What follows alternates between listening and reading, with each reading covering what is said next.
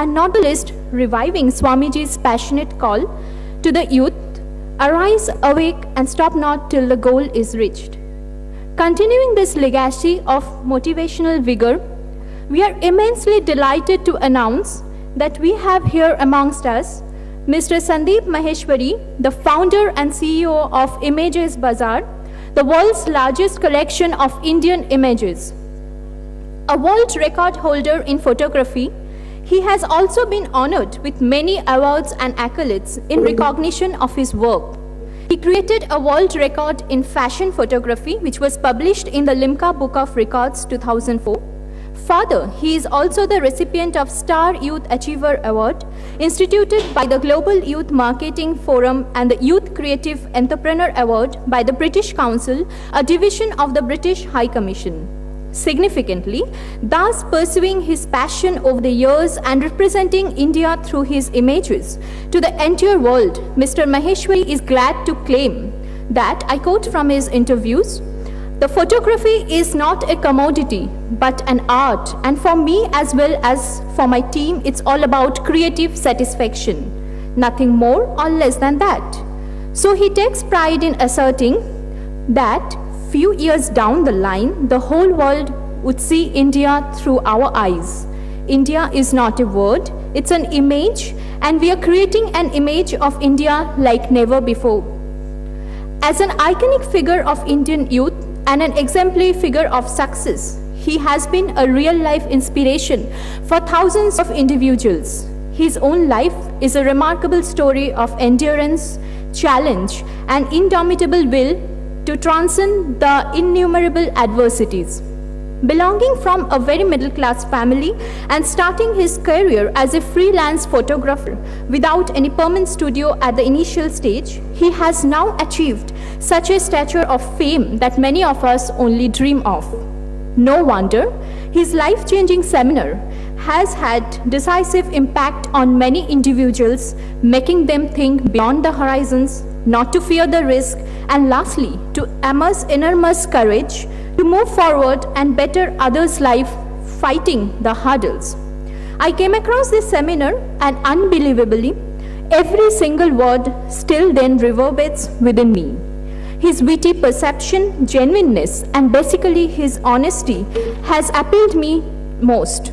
So humorously presented, yet so powerful in thought, his talk has compelled me to take up a very positive approach and confront situations that I had previously escaped.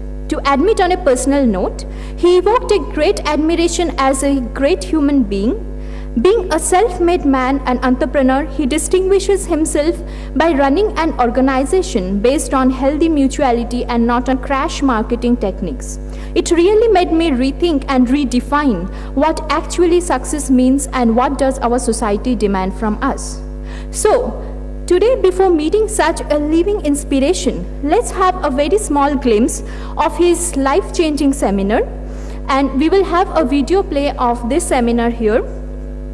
I just request all of you to either switch off your mobiles or just put it on silent mode and just have a glimpse of this seminar, which I am sure will surely charge up and give you a short glance of the inspiration that you are soon going to meet.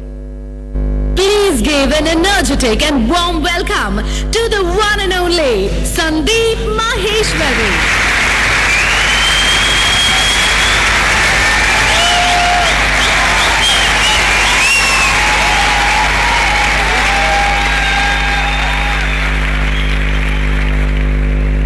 मैं जब छोटा था, मेरे को लगता था कि मैं बहुत कुछ कर सकता हूँ। जैसे जैसे बड़ा हुआ, दिमाग में बैठ गया कि मैं कुछ नहीं कर सकता। उसके पीछे बहुत सारी वजहें थी। उसमें से सबसे बड़ी वजह थी, जब मैं 10th क्लास में था, तब हमारी फैमिली में कुछ मेजर प्रॉब्लम्स हो गई। हमारा एक एल्यूमिनियम का बिजनेस था, मेरे फादर का, 20 साल पुराना, किसी के साथ पार्टनरशिप में। वो रातों रात खत्म हो गया, जिसकी वजह से हमारी फैमिली की सिचुएशन काफी खराब हो गई। अब ऐसे में दो चीजें होती हैं हर फैमिली में जब कुछ ऐसा होता है। कुछ फैमिलीज होती है जो टूट जाती है, बिखर जाती है, वो आपस में लड़ने लग जाते हैं। दूसरी फैमिलीज होती है जो और पास आ जाती है। हमारी फैमिली में वो दूसरी वाली चीज हुई। मैं, मेरी मदर मेरी छोटी सिस्टर, हम सब आए और हम सबने कहा कि ये आपकी प्रॉब्लम नहीं है, ये हम सबकी प्रॉब्लम है, हम सब मिलकर कोई ना कोई हल निकालेंगे, करेंगे, कुछ ना कुछ करेंगे, कुछ ना कुछ होगा। तो अब क्या था, मैं चाहता तो था कि कुछ हो, मानता क्या था, कुछ नहीं कर सकता क्योंकि मेरी लैंड इनफर्टाइल थी। उसके बाद हमने कई चीजें ट्राई करी, जैसे एक खजूर का बिजनेस किया था हमने, मतलब खजूर के पान बनाती थी मेरी मदर, और मैं जा करके वो जो डब्बे में पान होते थे खजूर के, वो जा करके लोगों को देता था कि भाई हेल्थ के लिए अच्छा होता है। एक पर्चे बनवाए थे अपने फ्रेंड्स में, रिलेटिव्स में, यहाँ पे वहाँ पे वो देते थे। वो काम इतना नहीं चला, वो बंद हो गया। उसके बाद में हमने एक STD PCO की शॉप खोली, फोटो स्टेट की, STD की, PCO की। वहाँ पे मेरी मदर बैठती थी, कई बार मैं भी जा करके बैठता था वहाँ पे, और वहाँ पे जाकर के तो मेरी लैंड और इनफर्टाइल हो गई, क्योंकि वहाँ मैंने लोगों को देखा 25-25 पैसे के पीछे अपनी मदर से लड़ते हुए।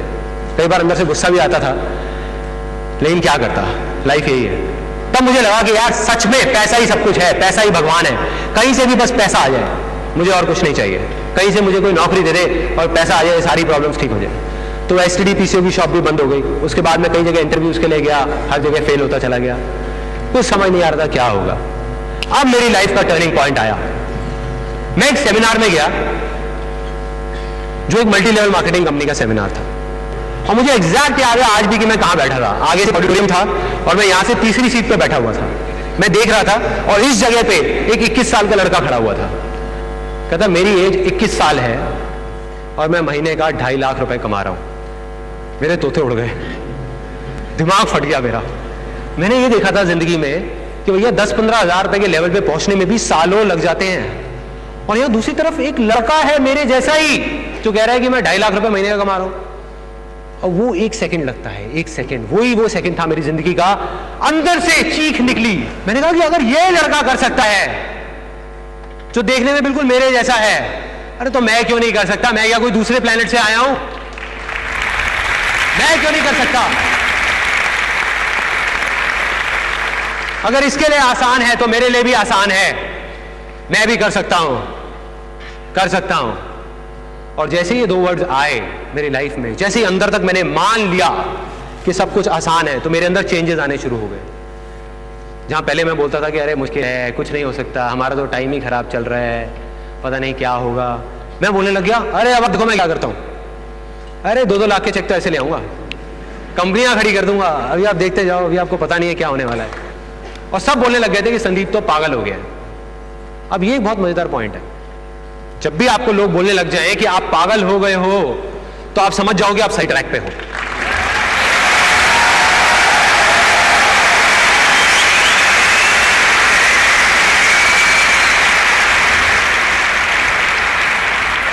थोड़ा सा तो पागल होना पड़ेगा। वही हुआ, मैं पागल हो गया, अजीब अजीब बातें करने लग गया। मतलब अंदर से मुझे लगने लग गया बहुत आसान है, लैंड फर्टाइल हो गई। एक स्टेप कंप्लीट, दूसरा स्टेप डिस्कवर करना था कि क्या करना है। अब 2 आवाजें थी, बाहर की आवाज, अंदर की आवाज। मैं उस आदमी को जिसको मैंने स्टेज पे देखा था, उसको देख करके मैं सोच रहा था कि मुझे ऐसा बनना है। वो ये कर रहा है तो मैं भी यही करूंगा और मैं 2.5 लाख रुपए कमाऊंगा। मेरा इंटरेस्ट नहीं था, मेरे अंदर की कोई आवाज नहीं थी, सब बाहर की थी। तो मैं वहां 20-25 लोगों को लेकर के गया उस कंपनी में, एक ने भी ज्वाइन नहीं किया। तो जिनको लेकर के जाता था वो मेरा और ज्यादा मजाक उड़ाते थे कि भाई कहां लेके गया था तू, और कहते थे तेरा 2.5 लाख का चेक आएगा, उसमें थोड़ा हमें भी दे दियो।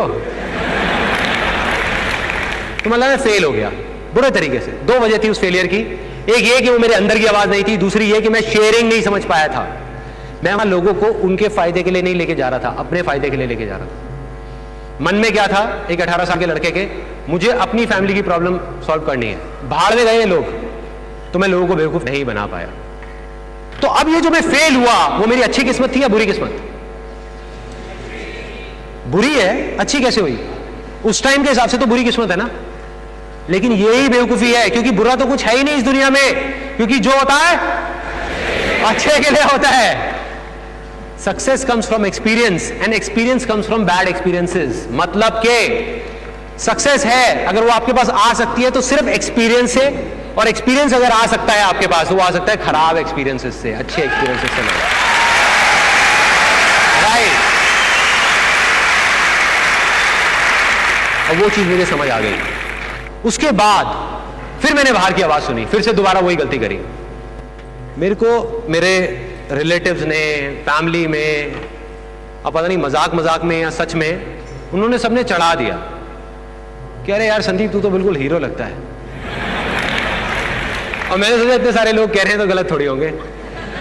अब मैंने बाहर की सुनी, मैं चला गया हीरो बनने के लिए, मॉडल बनने के लिए। मैंने कहा मैं बनूंगा, इतने लोग कह रहे हैं तो। चला गया, जा करके देखा मेरे जैसे हीरो हजारों लाइन लगा के खड़े हैं और 2.5 रुपए की कचौड़ी खा रहे हैं। मैं कहा भाई संदीप तेरा तो काम हो गया। लेकिन मैंने हिम्मत नहीं आ रही, मैंने कहा नहीं कुछ तो करूंगा, कुछ तो करूंगा, आसान है आसान है आसान है आसान है। आसान है तब तक काम नहीं आएगा जब तक अंदर से आवाज नहीं आएगी। वही हुआ मेरे साथ। मैंने बहुत बोला, बहुत मन में आया कि नहीं कर लूंगा कर लूंगा कर लूंगा, अंदर से था ही नहीं मॉडलिंग करने का, हीरो बनने का, एक्टिंग का। गया जा करके ऑडिशन देने जाता था, ब्लैंक हो जाता था, भूल जाता था, अंदर से मजा ही नहीं आता था। कुछ म्यूजिक वीडियोस करी, कुछ ऐसी म्यूजिक वीडियोस कि अगर मैं आपको यहां दिखा दूं तो आपको हंसते हंसते पेट दर्द हो जाएगा। जब मेरा 5 साल का बेटा तंग कर रहा होता है, घर में हुड़दंग मचाया होता है उसने, तो मेरी वाइफ वो वीडियो को प्ले कर देती है और बेटा वहां टिक के बैठ जाता है और देख के हंसता रहता है, पापा ही क्या कर रहे हैं। फेल हो गया। तो ये मेरी लाइफ का इतना बड़ा फेलियर मेरी लाइफ की एक बहुत बड़ी सक्सेस लेकर के आने वाला था, जो मुझे नहीं पता था। बाद में समझ आया। कैसे? मॉडलिंग करते टाइम मेरा एक दोस्त आया जो कहीं से एक फोटोग्राफ्स खिंचवा करके लाया, और वो फोटोग्राफ्स मैंने देखी तो मैंने देख करके कहा, मैंने कहा यार ये तो क्या फोटोग्राफ्स है, मजा आ गया। उस टाइम पे डिजिटल कैमरास नहीं होते थे, तो मैंने कहा कि यार ये तो मजा आ जाएगा, ये मेरे को सीखनी है। मतलब पहली बार लाइफ में अंदर से आवाज आई कि मुझे फोटोग्राफी सीखनी है यार, मुझे सीखनी है, मुझे फोटोग्राफर बनना है। न्यूज़पेपर में एक ऐड देखी, उनके पास गया, एक छोटा सा 2 हफ्ते का फोटोग्राफी का कोर्स ज्वाइन कर लिया। मुझे नहीं पता था मैं क्या करूंगा, क्यों कर रहा हूं, किस लिए कर रहा हूं, सोचा ही नहीं, बस दिल की सुनी। अंदर से होता है ना, फीलिंग आती है कि यही तो चाहिए था, मिल गया। अपनी मदर के पास गया, उनसे 12,000 रुपए लिए और जाकर के कैमरा खरीद के आ गया। रिलेटिव्स की, फ्रेंड्स की, सबकी फ्री में फोटोग्राफ्स खींचने लग गया। मुझे नहीं पता था मैं क्या कर रहा हूं, क्यों कर रहा हूं, करता रहा करता रहा करता रहा। अब क्या होता है कि जब अंदर से भी आवाज आती है ना, तो लाइफ में कभी ना कभी ऐसी स्टेज आएगी आप लोगों की लाइफ में, आप स्टेप उठा लोगे, एक्शन ले लोगे, और जो आप चाहते हो वो जा करके रियलिटी से टकराएगा, जो बहुत अलग होगा। मैं चाहता था एक बहुत अच्छा फोटोग्राफर बनना, लेकिन रियलिटी क्या थी कि मेरे जैसे लाखों फोटोग्राफर्स इंडिया में, जिन्होंने 1 साल का कोर्स, 2 साल का, 4 साल का भी कोर्स किया हुआ है, वो लोग भी ज्यादा कुछ नहीं कर। और मैंने क्या किया था, सिर्फ 2 हफ्ते का कोर्स। मतलब मैं कोई बहुत अच्छा फोटोग्राफर नहीं था।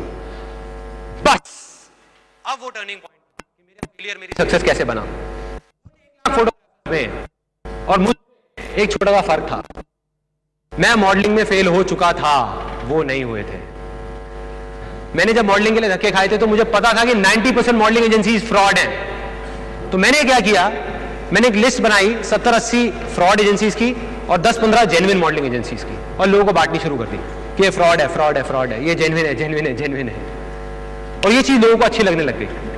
उसके बाद मैंने एक छोटी सी ऐड निकाली न्यूज़पेपर में, फ्री पोर्टफोलियो, और लाइन लग गई। बहुत सारे लोग आ गए।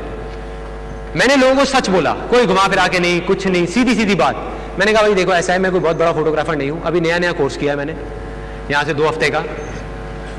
तो एक ऑप्शन तो है कि आप खुद रोल लेके आओ, खुद प्रोसेसिंग कराओ, और आपकी कॉस्ट आएगी, आप देख लो ये है, आपकी कॉस्ट आएगी 3,000 रुपए। दूसरा ये है कि मैं आपके लिए सब कुछ करूं। अब अगर मैं किसी भी होलसेल मार्केट में जाता हूं तो वही फिल्म रोल जो आपको 150 रुपए का मिलता है, मुझे 50 रुपए का मिलता है, उसमें मुझे 1,500 रुपए बचेगा। तो आप जैसे कहोगे वैसे कर लेंगे, ऐसे या ऐसे। उन्होंने कहा यार हमें क्या प्रॉब्लम है, आप ही कर लो ना, हमारा तो खर्चा उतना का उतना है। देखो मेरा उस टाइम भी यही मानना था, आज भी यही मानना है, और हमेशा यही रहेगा कि अगर जिंदगी में कभी भी कुछ करना है ना, तो सच बोल दो, घुमा फिरा के बातें मत करो, सच बोल दो। और लोग आए। मुझे याद है मैंने 4800 रुपए की अपनी वो पहली ऐड दी थी, जिसकी वजह से मेरे से करीबन 7 या 8 लोगों ने पोर्टफोलियो बनवाया, और मेरी जिंदगी की जो पहली इनकम थी 15 से 20,000 रुपए की, यहां से आई।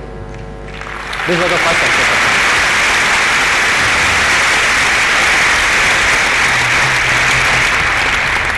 अब मेरी लाइफ का दूसरा बड़ा फेलियर, एक लड़का आया मेरे पास, आकर के बोलता एक काम करते हैं मिलके ना, एक इवेंट कराते हैं बढ़िया सा, न्यू ईयर पार्टी करते हैं। आजकल न्यू ईयर पार्टीज बहुत चल रही हैं, वो करते हैं। अब मेरे अंदर से आवाज आई, मैंने कहा यार इवेंट करने का तो मैं बहुत टाइम से सोच रहा था। मैंने कहा मैं करूंगा तेरे साथ, तू चिंता मत कर, बस एक ही प्रॉब्लम है, मेरे पास पैसा नहीं है।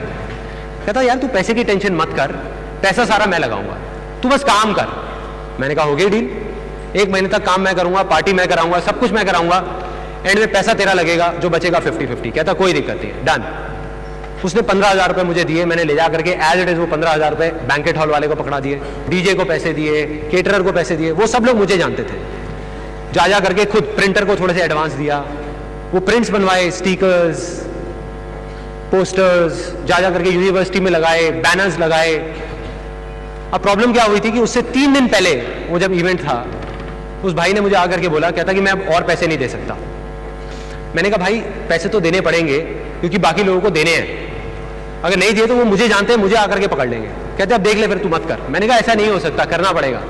तो फिर मैंने कहीं से अरेंज करके पैसे अपने दोस्तों से, यहां से किसी से 5,000 रुपए लिए, 2,000, 3,000, 1,000 इकट्ठे करके सबको पैसे दी थी।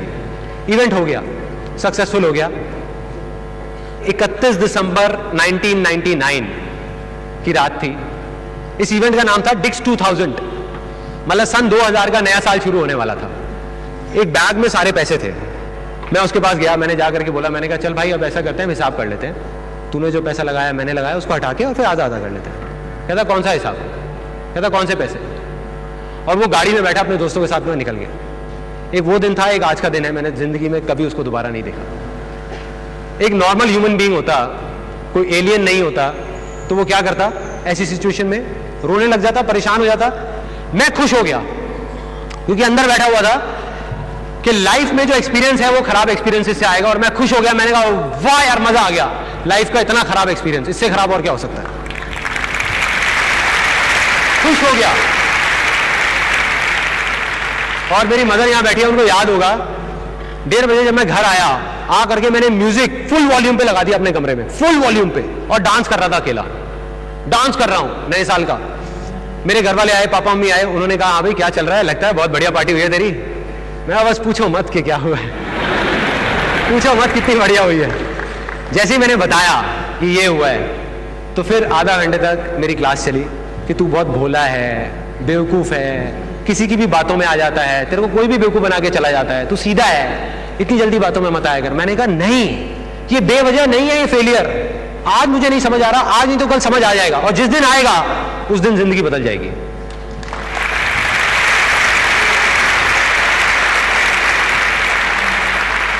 एक साल निकला, 2 साल निकला, समझ नहीं आया, कुछ समझ नहीं आया क्यों हुआ था वो फेलियर। 2003 में समझ आया। फोटोग्राफी में मैं एक लेवल पे पहुंच गया था जहां जाकर के अटक गया था। प्रॉब्लम क्या थी? फोटोग्राफी में सिर्फ काम नहीं बिकता, नाम बिकता है। मतलब मैं फोटोग्राफी चाहे जितनी मर्जी अच्छी करूं, अगर नाम नहीं है तो लोग उठा करके मेरी फोटोग्राफ्स जिनके मैं शूट करता था ना, वो जेन्युइन एजेंसीज में जाते थे, उठा के फोटो फेंक देते थे। कहते किस घटिया फोटोग्राफर से करा के लाए हो? कौन है संदीप माहेश्वरी? जंगल में रहता है क्या? कहां से आया है? किसी ढंग के फोटोग्राफर से करा के लाओ। तो वो लोग मेरे पास आते थे, कहते सर ये क्या आपने क्या किया, कितना बेकार हमारा ये शूट किया है, क्या किया है। तो मैंने कहा किसी तरीके से नाम करना है। नाम कैसे करना है पता नहीं, लेकिन मैंने कहा आसान है, होगा नाम। तो कहीं से आइडिया आया कि वर्ल्ड रिकॉर्ड बनाता हूं फोटोग्राफी में। मैं चला गया लिम्का बुक ऑफ रिकॉर्ड्स में, उनकी जो चीफ एडिटर हैं उनके सामने जाकर के, मेरे को याद है मैं टेबल पे बैठा हुआ था, वो इधर मैं इधर, और मैं जाकर के बैठ गया अपॉइंटमेंट लेकर के। उन्होंने कहा या टेल मी। मैंने कहा मैं वर्ल्ड रिकॉर्ड बनाना चाहता हूं। तो कहते अच्छा,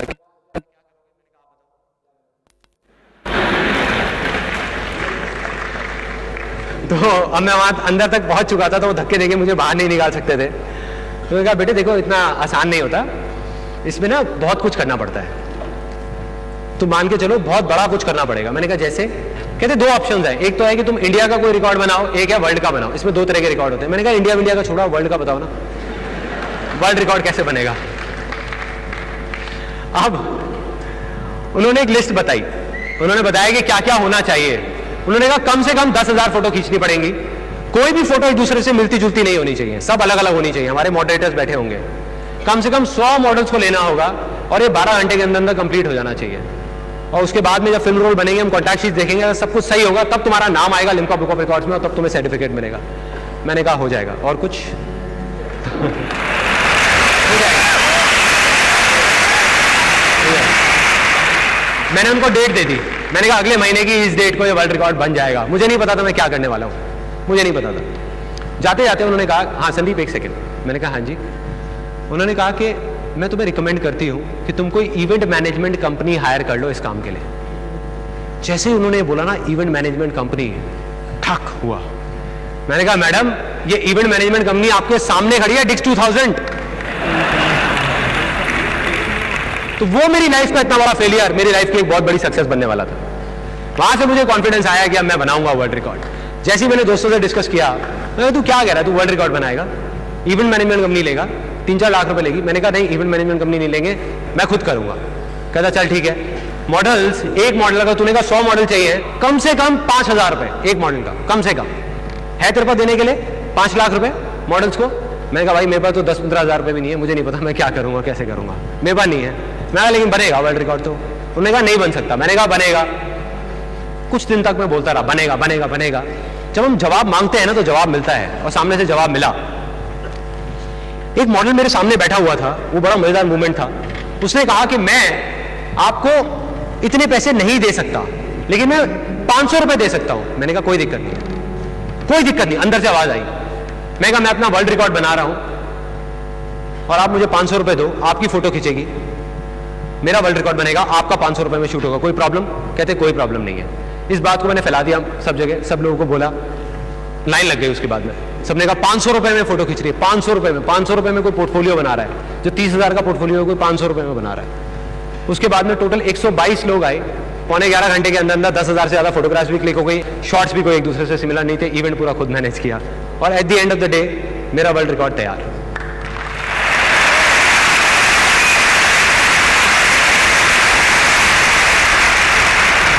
अब मैं आपको दिखाने वाला हूं अपनी लाइफ का सबसे बड़ा फेलियर। वो मैं आपको बताऊंगा नहीं, सिर्फ दिखाऊंगा कि वो ऐसा फेलियर क्या था।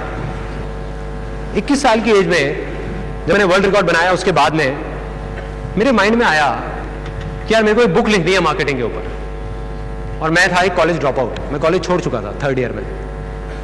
अब मैं गया पब्लिशर्स पास कि ऐसे ऐसे मैंने एक बुक लिखी है मार्केटिंग के ऊपर और मैं चाहता हूं कि आप उसको पब्लिश करें। तो वो कहते थे, बड़े फॉर्मली बात करते थे, आई हैव अ सीट। सो आपने MBA कहां से किया है? मैंने कहा मैंने कोई MBA नहीं किया, I am a college drop out. तो उन्होंने कहा कि नहीं ऐसे नहीं होता, हम नहीं कर सकते आपकी बुक पब्लिश। तो मेरे को सारे पब्लिशर्स ने निकाल दिया, बहुत सारे पब्लिशर्स के पास गया, लेकिन मैंने कहा मैं खुद करूंगा, इस बुक को निकालूंगा, निकालना है कैसे भी करके। और वो बुक खुद पब्लिश करी और ये बुक आपके सामने है, जिस बुक को पब्लिश किया था at the age of 21 on marketing. इस बुक में खास बात क्या है? इस बुक में अलग ये है कि इसके ऊपर लिखा हुआ है कि one of the most unusual books in the world, मतलब दुनिया की सबसे अजीबोगरीब बुक्स में से एक। क्यों? क्योंकि सारी बुक्स ज्यादातर इंग्लिश की ऐसे खुलती है, यहां से, ये यहां से खुलती है। ये इस बुक का पहला पेज है, ये दूसरा है, ये तीसरा है, ये चौथा है और ये 5वां है। मतलब उल्टी किताब चारों तरफ हो गया, उल्टी किताब लिखी है फोटोग्राफर ने, उल्टी किताब। लोग कई बोलते हैं कि कुछ आउट ऑफ द बॉक्स करो, कुछ अलग करो, कुछ डिफरेंट करो। मैं मानता हूं सब बेकार की बात है। आप उल्टे लटक जाओ और बोलो कि यार मैंने कुछ अलग किया, बेकार की बात है ना। कोई वजह होनी चाहिए। तो इसकी वजह, ये उल्टी क्यों है, वो पहले पेज पे लिखी थी उस टाइम पे। वो वजह क्या थी? बहुत बड़ी वजह थी, if you can't even change the way you read, how can you change the way you think.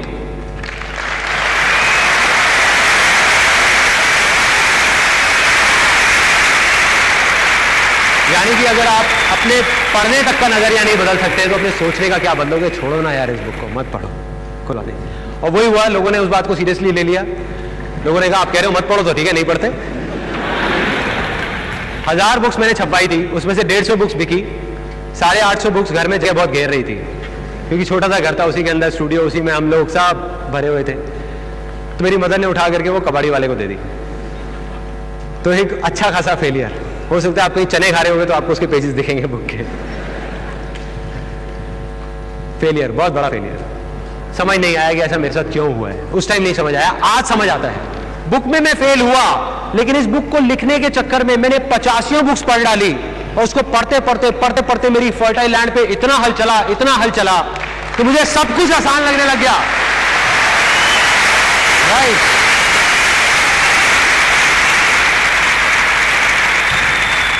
तो बाद में जो कुछ भी हूं अपने फेलियर्स की वजह से हूं। अब फाइनल पॉइंट्स कि मेरा जो सबसे बड़ा सक्सेस है लाइफ में वो कहां से आया। मॉडलिंग के वर्ल्ड में हम एक अकेली ऐसी एजेंसी थे जो लोगों को लिख करके एक फॉर्म साइन कराते थे कि भाई काम की कोई गारंटी नहीं है, हमसे फोटो खिंचवाओ, जाकर के एजेंसीज में तो किस्मत अच्छी होगी काम मिलेगा, नहीं तो नहीं मिलेगा। और सच बोल बोल करके हम दिल्ली की सबसे बड़ी एजेंसीज में से एक बन गए। तो फोटो तो हम खींचते थे अपनी तरफ से अच्छी, वो मार्केट में जाते थे उनको काम नहीं मिलता था। तो अंदर से आया कि यार कुछ करना है मॉडल्स के लिए, कुछ करना है, क्या करना है पता नहीं, इनसे पैसे नहीं लेने, किसी तरीके से इनका कोई प्रॉब्लम सॉल्व करनी है। और जब सवाल उठा तो जवाब भी आया। एक बार एक एजेंसी वाला आया, उसने कहा कि भाई मेरे पास में टाइम नहीं है, हम इसी फोटो को स्कैन करेंगे और सीधा छाप देंगे, आपको कोई प्रॉब्लम तो नहीं है। मैंने कहा मुझे क्या प्रॉब्लम होगी। मैंने मॉडल को फोन किया, मैंने कहा हाँ तुझे कोई प्रॉब्लम? कहता सर क्या बात कर रहे हो, इसमें क्या प्रॉब्लम है, इससे अच्छा और क्या हो सकता है, मेरे को मेरी फोटो अगर न्यूज़पेपर में आ जाए, ऐड में आ जाए। फोटो आई, वो मॉडल खुश, मैं खुश, वो एजेंसी खुश। और ये था वो टर्निंग पॉइंट मेरी लाइफ में।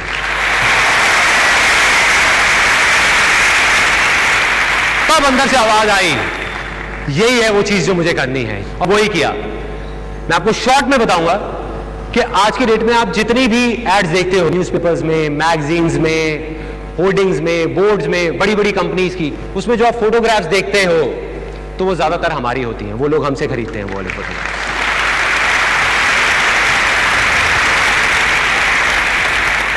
तो आज अगर इस सिचुएशन पे आकर के आप मुझसे पूछोगे मेरे लिए सक्सेस क्या है, तो मैं बहुत सिंपल तरीके से बताऊंगा कुछ चीजों में, क्योंकि सक्सेस सिर्फ एक चीज में नहीं होती, अलग अलग चीजों में होती है, अलग अलग लाइफ के एस्पेक्ट्स में। तो मेरा एक एस्पेक्ट, ये जो कंपनी शुरू हुई थी इमेजेस बाजार, ये हुई थी सिर्फ और सिर्फ उन मॉडल्स का कुछ अच्छा करने के लिए।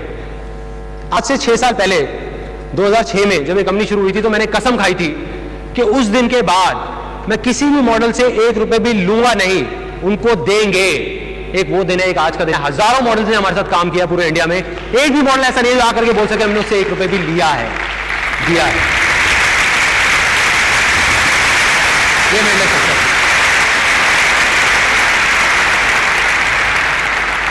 और इसी वजह से हमारी कंपनी में कोई इन्वेस्टर नहीं है और ना कभी होगा, क्योंकि इन्वेस्टर्स को ये सारी बातें समझ नहीं आएंगी।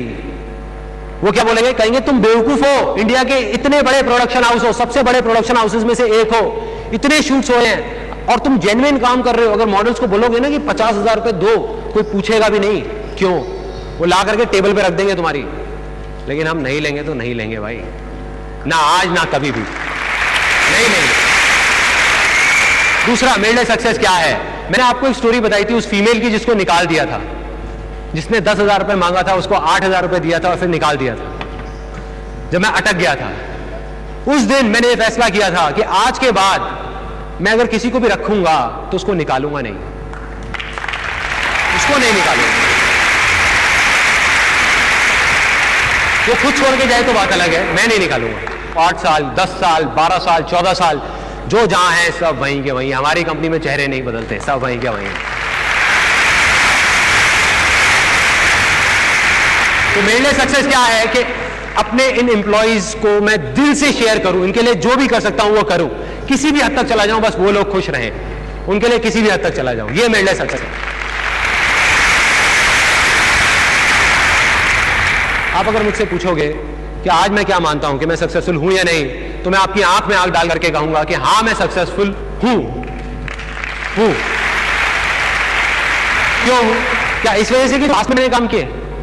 अरे नहीं मेरे भाई, वो पास्ट था। जो मेरे को अवार्ड्स मिले, जो भी बिजनेस किया, ये किया, वो किया, वो कल था, उससे कोई फर्क नहीं पड़ता। बहुत सारे लोग हैं इस दुनिया में जो क्या बोलते रहते हैं, पास्ट में किसी एक चीज में फेल हो जाते हैं और बोलते रहते हैं कि मैं फेलियर हूं, फेलियर हूं, फेलियर हूं।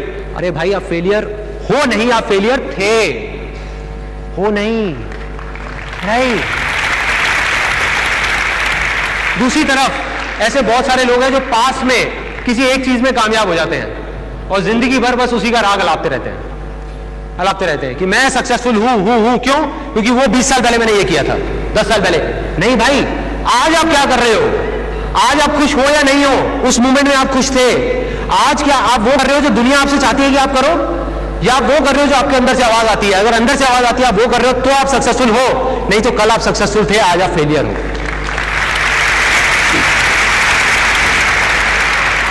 तो आज ये जो मैं कर रहा हूं, इस वजह से मैं सक्सेसफुल हूं। जबकि आपको ताज्जुब होगा कि कुछ लोग आज भी ये मानते हैं कि मैं एक बहुत बड़ा फेलियर हूं। क्यों भाई, मैं तो इतना कुछ कर रहा हूं, बिजनेस में भी अच्छा है, ये भी अच्छा है, वो भी अच्छा है। वो लोग जो मेरे साथ एक दिन रेस में भाग रहे थे और सबको लगने लग गया कि संदीप माहेश्वरी एक ना एक दिन इंडिया का सबसे बड़ा एंटरप्रेन्योर बनेगा, मैं उस रेस से बाहर आ गया। मैंने कहा भागते रहो, मैं हुई नहीं इस रेस में। तो आज उनके हिसाब से ये जो मैं कर रहा हूं, ये उनको समझ नहीं आने वाला, लेकिन उनकी नजर में मैं फेलियर हूं, इससे मुझे कोई फर्क नहीं पड़ता।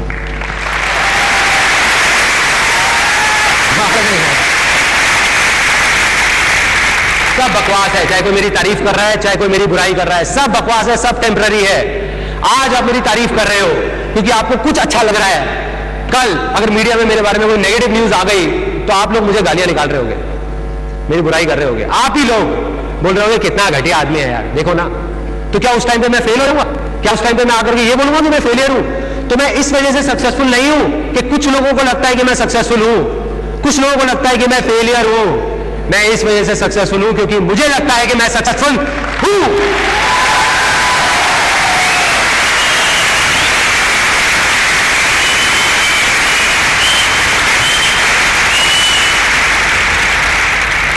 कल ना मेरे एक दोस्त मिला था, उसने मुझसे पूछा, कहता यार तुझे ना ये इंस्पिरेशन कहां से मिलती है ये सब करने की, ये जो तू कर रहा है। मैं जब 12-13 साल का था ना, तब इस सब की शुरुआत हुई थी। मेरी दादी मुझे कहानी सुनाती थी और वो कहानी मुझे इतनी अच्छी लगती थी कि मैं रोज सुनता था और रोज रोता था उसको सुन करके। दादी कहती थी अब मैं नहीं सुनाऊंगी, तू रोता है। मैं नहीं नहीं सुनाओ सुनाओ सुनाओ, बहुत अच्छी कहानी है, सुनाओ। वो कहानी थी एक ऐसे आदमी की जो बहुत खुश रहता था अपने परिवार के साथ, यहाँ पे वहां पे, बहुत अच्छा मजे में। उसके बाद में एक ऐसी स्टेज आई जब उसकी लाइफ में, जब उसके अंदर लालच आ गया और उस लालच की वजह से उसने लड़ाई झगड़ा करना शुरू कर दिया अपने माँ बाप के साथ, अपने भाई बहनों के साथ, पूरी दुनिया के साथ। सिर्फ अपने फायदे का सोचने लग गया और धीरे धीरे धीरे धीरे सबसे अलग हो गया, यहां तक कि अपने बीवी बच्चों से भी लड़ाई झगड़ा करने लग गया। तो जब उसकी लाइफ के कुछ आखिरी सेकंड्स बचे हुए थे ना, जब वो जाने वाला था इस दुनिया से, तो उसकी आंख से आंसू निकले जा रहे थे। वो रोए जा रहा था, रोए जा रहा था, रोए जा रहा था। और आखिरी वर्ड्स जो उसके मुंह से बाहर आए वो थे कि मुझसे बहुत बड़ी गलती हो गई, मुझसे बहुत बड़ी गलती हो गई। और वो चला गया इस दुनिया से ये बोलकर। जब मैं वो कहानी सुनता था अपनी दादी की, तो मेरे अंदर कुछ होता था, मुझे नहीं पता वो क्या था, लेकिन मैं हमेशा ये सोचता था कि भाई जब मेरे वो लास्ट मोमेंट होगा लाइफ का, तो मैं क्या बोलूंगा, मैं क्या बोलूंगा अपने सब लोगों को। उस टाइम मुझे नहीं समझ आया, आज समझ आता है। जब मेरी लाइफ के वो आखिरी सेकंड्स होंगे ना, आंसू निकल रहे होंगे, रो रहा हूंगा लेकिन वो खुशी के आंसू होंगे, और रोते रोते मैं किसी से कुछ नहीं कहूंगा, बस हंस रहा हूंगा और मन में ये चल रहा होगा कि यार मजा आ गया, क्या जिंदगी थी, मजा आ गया, मजा आ गया।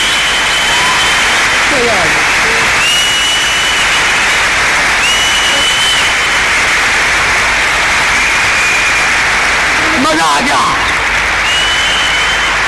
ये है जिंदगी, ये जिया मैं, ये चल रहा होगा मेरे अंदर। किसी को कुछ नहीं बोलूंगा, बस अंदर से सोच रहा हूँ, कोई गिला शिकवा नहीं। अब इस सेमिनार का फाइनल मोमेंट, मैंने सेमिनार के शुरू में आपको कहा था कि मुझे आपसे कुछ नहीं चाहिए और ना मैं कभी अपने फायदे की कोई बात करने वाला। मैंने झूठ कहा था, कुछ तो मांगूंगा, ऐसे नहीं जाने दूंगा, कुछ तो मांगने वाला हूं। तो मैं आप सबसे अपने पूरे दिल से कुछ मांगने वाला हूं, हो सके तो देना, नहीं हो सके तो मत देना। तो मैं हाथ जोड़ के आप सबसे ये मांगता हूं कि आज ना आप सबके अंदर एक भूख है, कुछ करने की भूख, कुछ बनने की भूख, जो आपको यहां तक लेकर के आई है। लेकिन एक दिन ऐसा आएगा आपकी जिंदगी में जब आपके पास उससे बहुत ज्यादा होगा जितनी आपकी जरूरत है। उस दिन अगर कहीं कोई भूखा मिलेगा ना, तो उसकी थोड़ी सी मदद कर देना यार, थोड़ी सी मदद कर देना।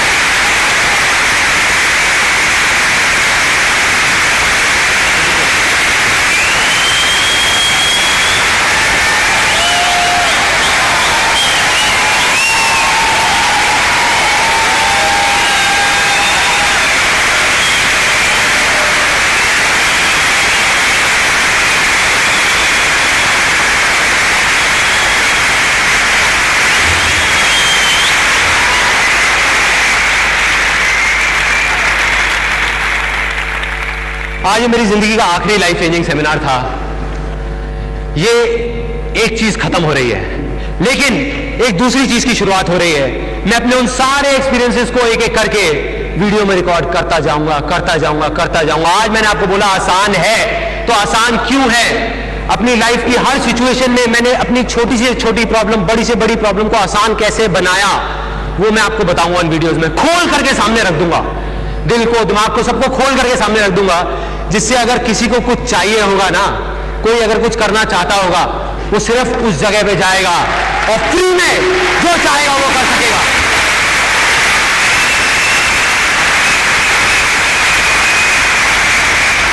और मैं इस दुनिया से चला जाऊंगा, लेकिन मेरे जैसे लाखों लोग और आ जाएंगे सामने, लाखों लोग आप ही में से निकल करके लाखों लोग आएंगे मेरे जैसे। मेरी जगह मैं नहीं होऊंगा, यहाँ पे कोई और होगा, कोई और होगा, कोई और पागल होगा जो यहाँ पे आकर के कुछ ऐसा कर रहा होगा, और ये दुनिया बदलेगी, ये दुनिया बदलेगी।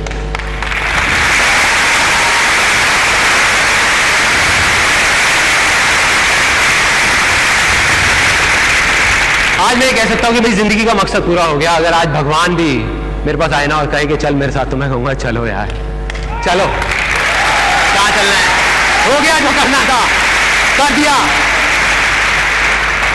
आज लाखों लोगों ने मेरा ये सेमिनार अटेंड किया है। अगर मैं ऐसे ही करता रहता तो कुछ लाखों लोग और कर लेते, लेकिन अब इसकी वीडियो रिकॉर्डिंग को, ये जो वीडियो रिकॉर्डिंग हो रही है, आने वाले कुछ टाइम के अंदर अंदर करोड़ों लोग देखने वाले हैं। उसमें से कुछ लोग ऐसे जरूर होंगे जिनके दिल से आवाज आएगी, यहां से नहीं, यहां से चीख निकलेगी कि मुझे शेयर करना है ऐसे लोगों के साथ जिनको मेरी जरूरत है। और जिस दिन ऐसा होगा,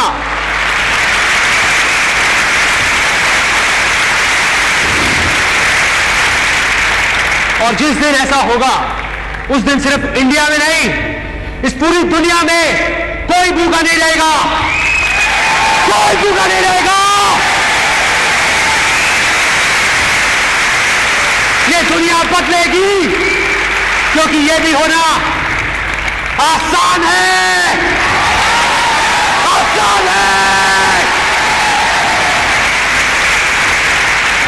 आसान है। बदलेगी ये दुनिया, बदलेगी।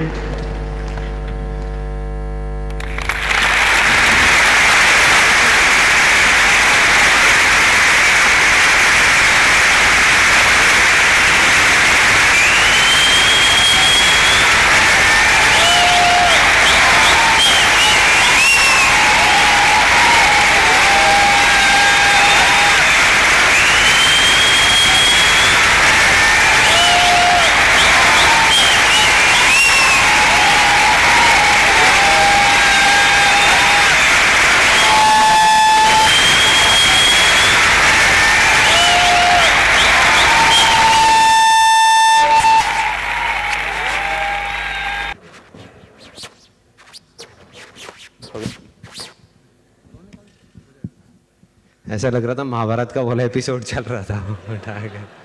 क्या हो रहा है? Okay, so once again good afternoon everybody. अभी भी कुछ गड़बड़ है यार। मैंने पूछा था यहाँ कितने लोग मानते हैं, जेन्युइनली मानते हैं कि लाइफ में कुछ बड़ा करने के लिए थोड़ा सा एक्साइटमेंट और एंथुसियाज्म होना जरूरी है? ऑलमोस्ट सब लोग मानते हैं। तो एक बार दोबारा ट्राई करते हैं ना यार, थोड़ा सा एक्साइटमेंट के साथ, क्योंकि मुझे आप लोगों का नहीं पता, लेकिन अगर ये सेमिनार थोड़ा सा भी बोरिंग हुआ तो मुझे नींद आ जाएगी। पीछे ग्रीन रूम है, वहां जाकर सो जाऊंगा मैं। Good afternoon everybody. हाँ, आप कुछ मजा आया। एक तो टाइम भी ऐसा होता है ना कि अभी अभी खाना खाया है पेट भर के, उसके बाद मन करता है थोड़ी देर के लिए सो जाओ। ओके, सो इस सेशन को आगे बढ़ाने से पहले I need a volunteer here. One volunteer, कोई भी जो भी जल्दी आ सके, यहां पे जल्दी पहुंच सके। हाँ, आ जाओ आ जाओ आ जाओ, जल्दी जल्दी जल्दी जल्दी आ जाओ आ जाओ। What's your name? Let's give it for Ankur. Hi. Okay, so Ankur, मुझे ना यकीन नहीं हो रहा, तो आप चूंटी मारना जरा। ये क्या यार, चूंटी को इंग्लिश में क्या? पहले वो गुलगुली कर रहे थे, बाद में पता नहीं क्या कर दिया एकदम से। Thank you so much, let's give a big hand for Ankur. Yeah thanks. Okay, सो मैंने इसलिए किया, आप सोच रहे होगे कि भाई क्या चक्कर है, मैं इतना खुश क्यों लग रहा हूं आज? क्योंकि आज से बहुत साल पहले जब मैं 7th या 8th क्लास में था और कोई भी मुझसे पूछता था कि बेटे तुम क्या करोगे 12th के बाद में, जैसे नॉर्मली लोग पूछते हैं रिलेटिव्स और अंकल आंटीज और वो, तो मैं बड़े कॉन्फिडेंस के साथ बोलता था कि पहले तो मैं 12th के बाद में IIT में जाऊंगा, ट्राई नहीं करूंगा, जाऊंगा। उसके बाद मैं IIMS में जाऊंगा, उसके बाद सोचूंगा कि क्या करना है। और अपना BCom भी पूरा नहीं किया मैंने। सो ये जो आज मैं यहां पर हूं, it's really a big day for me, it's big day for me. हो सकता है आपके लिए ये चीज इतनी मैटर नहीं करती, right, because you are here. तो जो चीज हमारे पास होती है उसकी इंपॉर्टेंस हमारे लिए नहीं होती, एंड मेरे से अच्छा वो कोई नहीं जान सकता क्योंकि मैं मैरिड हूं। सो आई नो दैट शादी के बाद में क्या होता है। सो ये दिन मेरे लिए बहुत बड़ा है। रीजन बीइंग कि मेरा एक सपना पूरा हुआ है। और जब मैं अंदर घुस रहा था ना यहाँ पे इस कैंपस में, जब मैंने बाहर IIT लिखा हुआ देखा, जब एक कट आता है वहां पे पीछे, जब मैं आ रहा था तो वहां पे लिखा हुआ था IIT राइट साइड में 6 किलोमीटर। तो आई कांट एक्सप्रेस कि मैं कैसा फील कर रहा था। I was feeling very good. तो अल्टीमेटली मैं बैठना वहां चाहता था जहां अभी आप लोग बैठे हुए हो, लेकिन डायरेक्ट यहां पहुंच गया। सो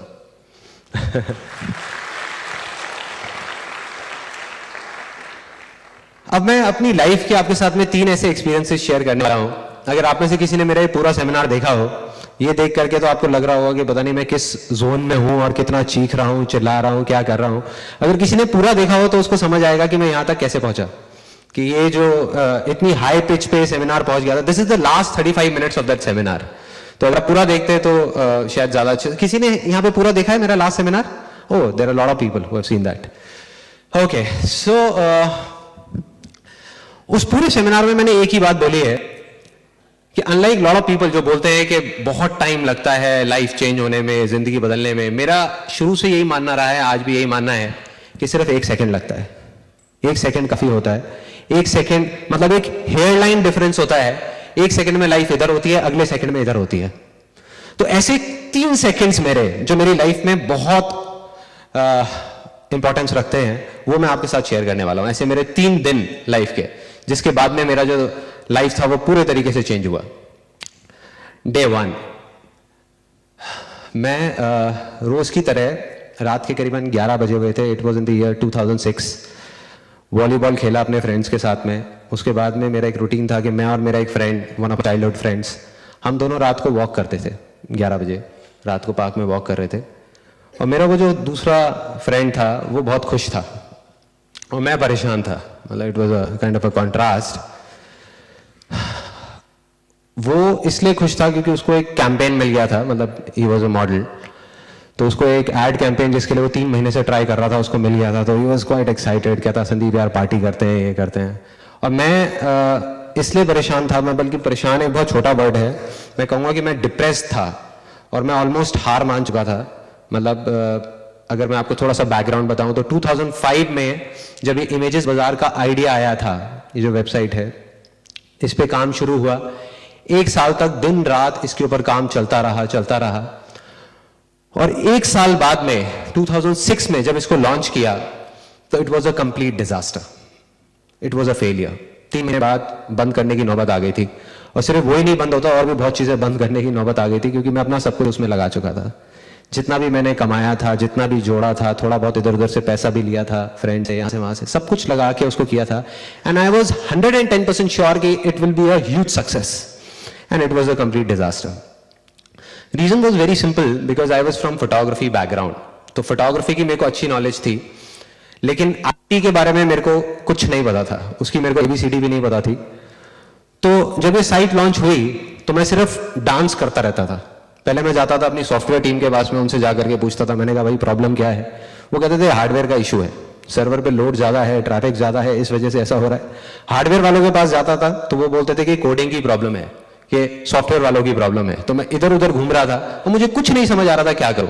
मैं बस थोड़ा सा प्रेशर क्रिएट करता था अपनी सॉफ्टवेयर टीम पे, उनको बोलता था यार कुछ तो करो कुछ तो करो, तो वो थोड़ा सा कुछ अपडेट करते थे और दिखाने के लिए साइट को रिवैम्प कर देते थे, लेकिन उसके बाद भी कुछ नहीं हो रहा था। 3-4 बार ऐसी चीज हुई।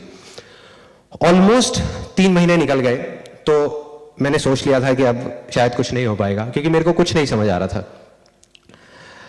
इतना टाइम भी नहीं था कि अब मैं एक नई आईटी कंपनी हायर करूं और वो नए सिरे से सारा कुछ बनाए, क्योंकि वो 5-6 महीने लग जाते। इतना टाइम नहीं था, इतने टाइम तक हम सस्टेन ही नहीं कर सकते थे। This was such a big problem.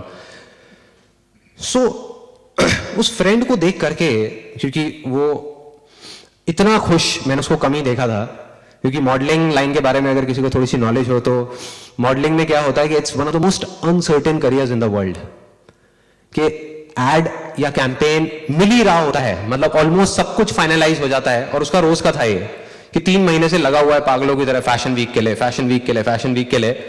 जब फाइनली लिस्ट डिक्लेयर हुई, एक दिन पहले तक भी उसका नाम आ चुका था, और लास्ट डे उसको बोला गया कि नहीं तुम नहीं हो, किसी और को ले लिया है। तो उसके लिए ये रोज का था, मतलब ये जो फेलियर्स, जो मेरा ये फेस चल रहा था ना, उसकी लाइफ में ये हर कुछ महीने में आता रहता था। तो मैंने उससे पूछा, मैंने कहा यार एक बात बता, चक्कर क्या है? मैंने तुझे इतनी बार देखा है कि तेरी लाइफ के अंदर इतनी मेजर प्रॉब्लम्स आ जाती हैं, मतलब जब मैं अगर तेरी जगह हूं तो मुझे लगे कि यार दुनिया ही खत्म हो गई, छोड़ो ना मॉडलिंग कुछ और कर लेता हूं, इतना कंपटीशन, उसके बाद में इतनी बड़ी प्रॉब्लम्स। मैंने तुझे देखा है कि उस दिन तू टेंशन में आता है, मेरे पास आता है रोता हुआ, लेकिन अगले दिन तू फिर नॉर्मल हो जाता है। भाई चक्कर क्या है? कुछ ना कुछ कहानी तो है।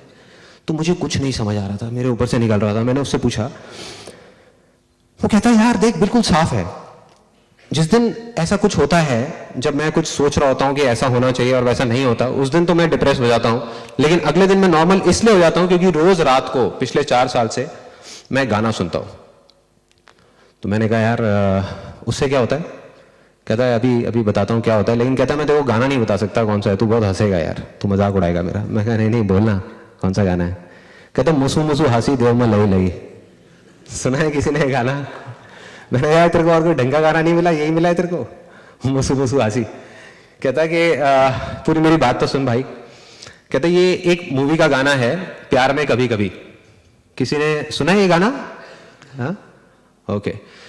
सो कहता प्यार में कभी कभी मूवी का गाना है। इस गाने की खास बात यह है, इस मूवी की खास बात यह है कि इसमें जितनी भी स्टार कास्ट थी वो सारी नई थी, मतलब इसमें कोई भी पुराने एक्टर्स नहीं थे, सारे नए एक्टर्स और एक्ट्रेसेस थे। तो कहता है मैं जब भी इस गाने को सुनता हूं तो मैं अपनी आंखें बंद कर लेता हूं और अपने आगे ना एक सिचुएशन को इमेजिन करता हूं कि हम एक मूवी थिएटर में बैठे हैं, मेरे फैमिली मेंबर्स मेरे साथ में हैं, मेरे फ्रेंड्स मेरे साथ में हैं, तू है, मैं हूं, हम सब लोग हैं, और उस बड़ी स्क्रीन पे मैं हूं।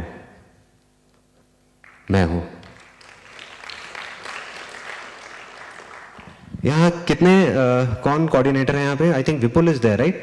विपुल, ताली बजाने के कितने पैसे देने पड़ते हैं यहां पे?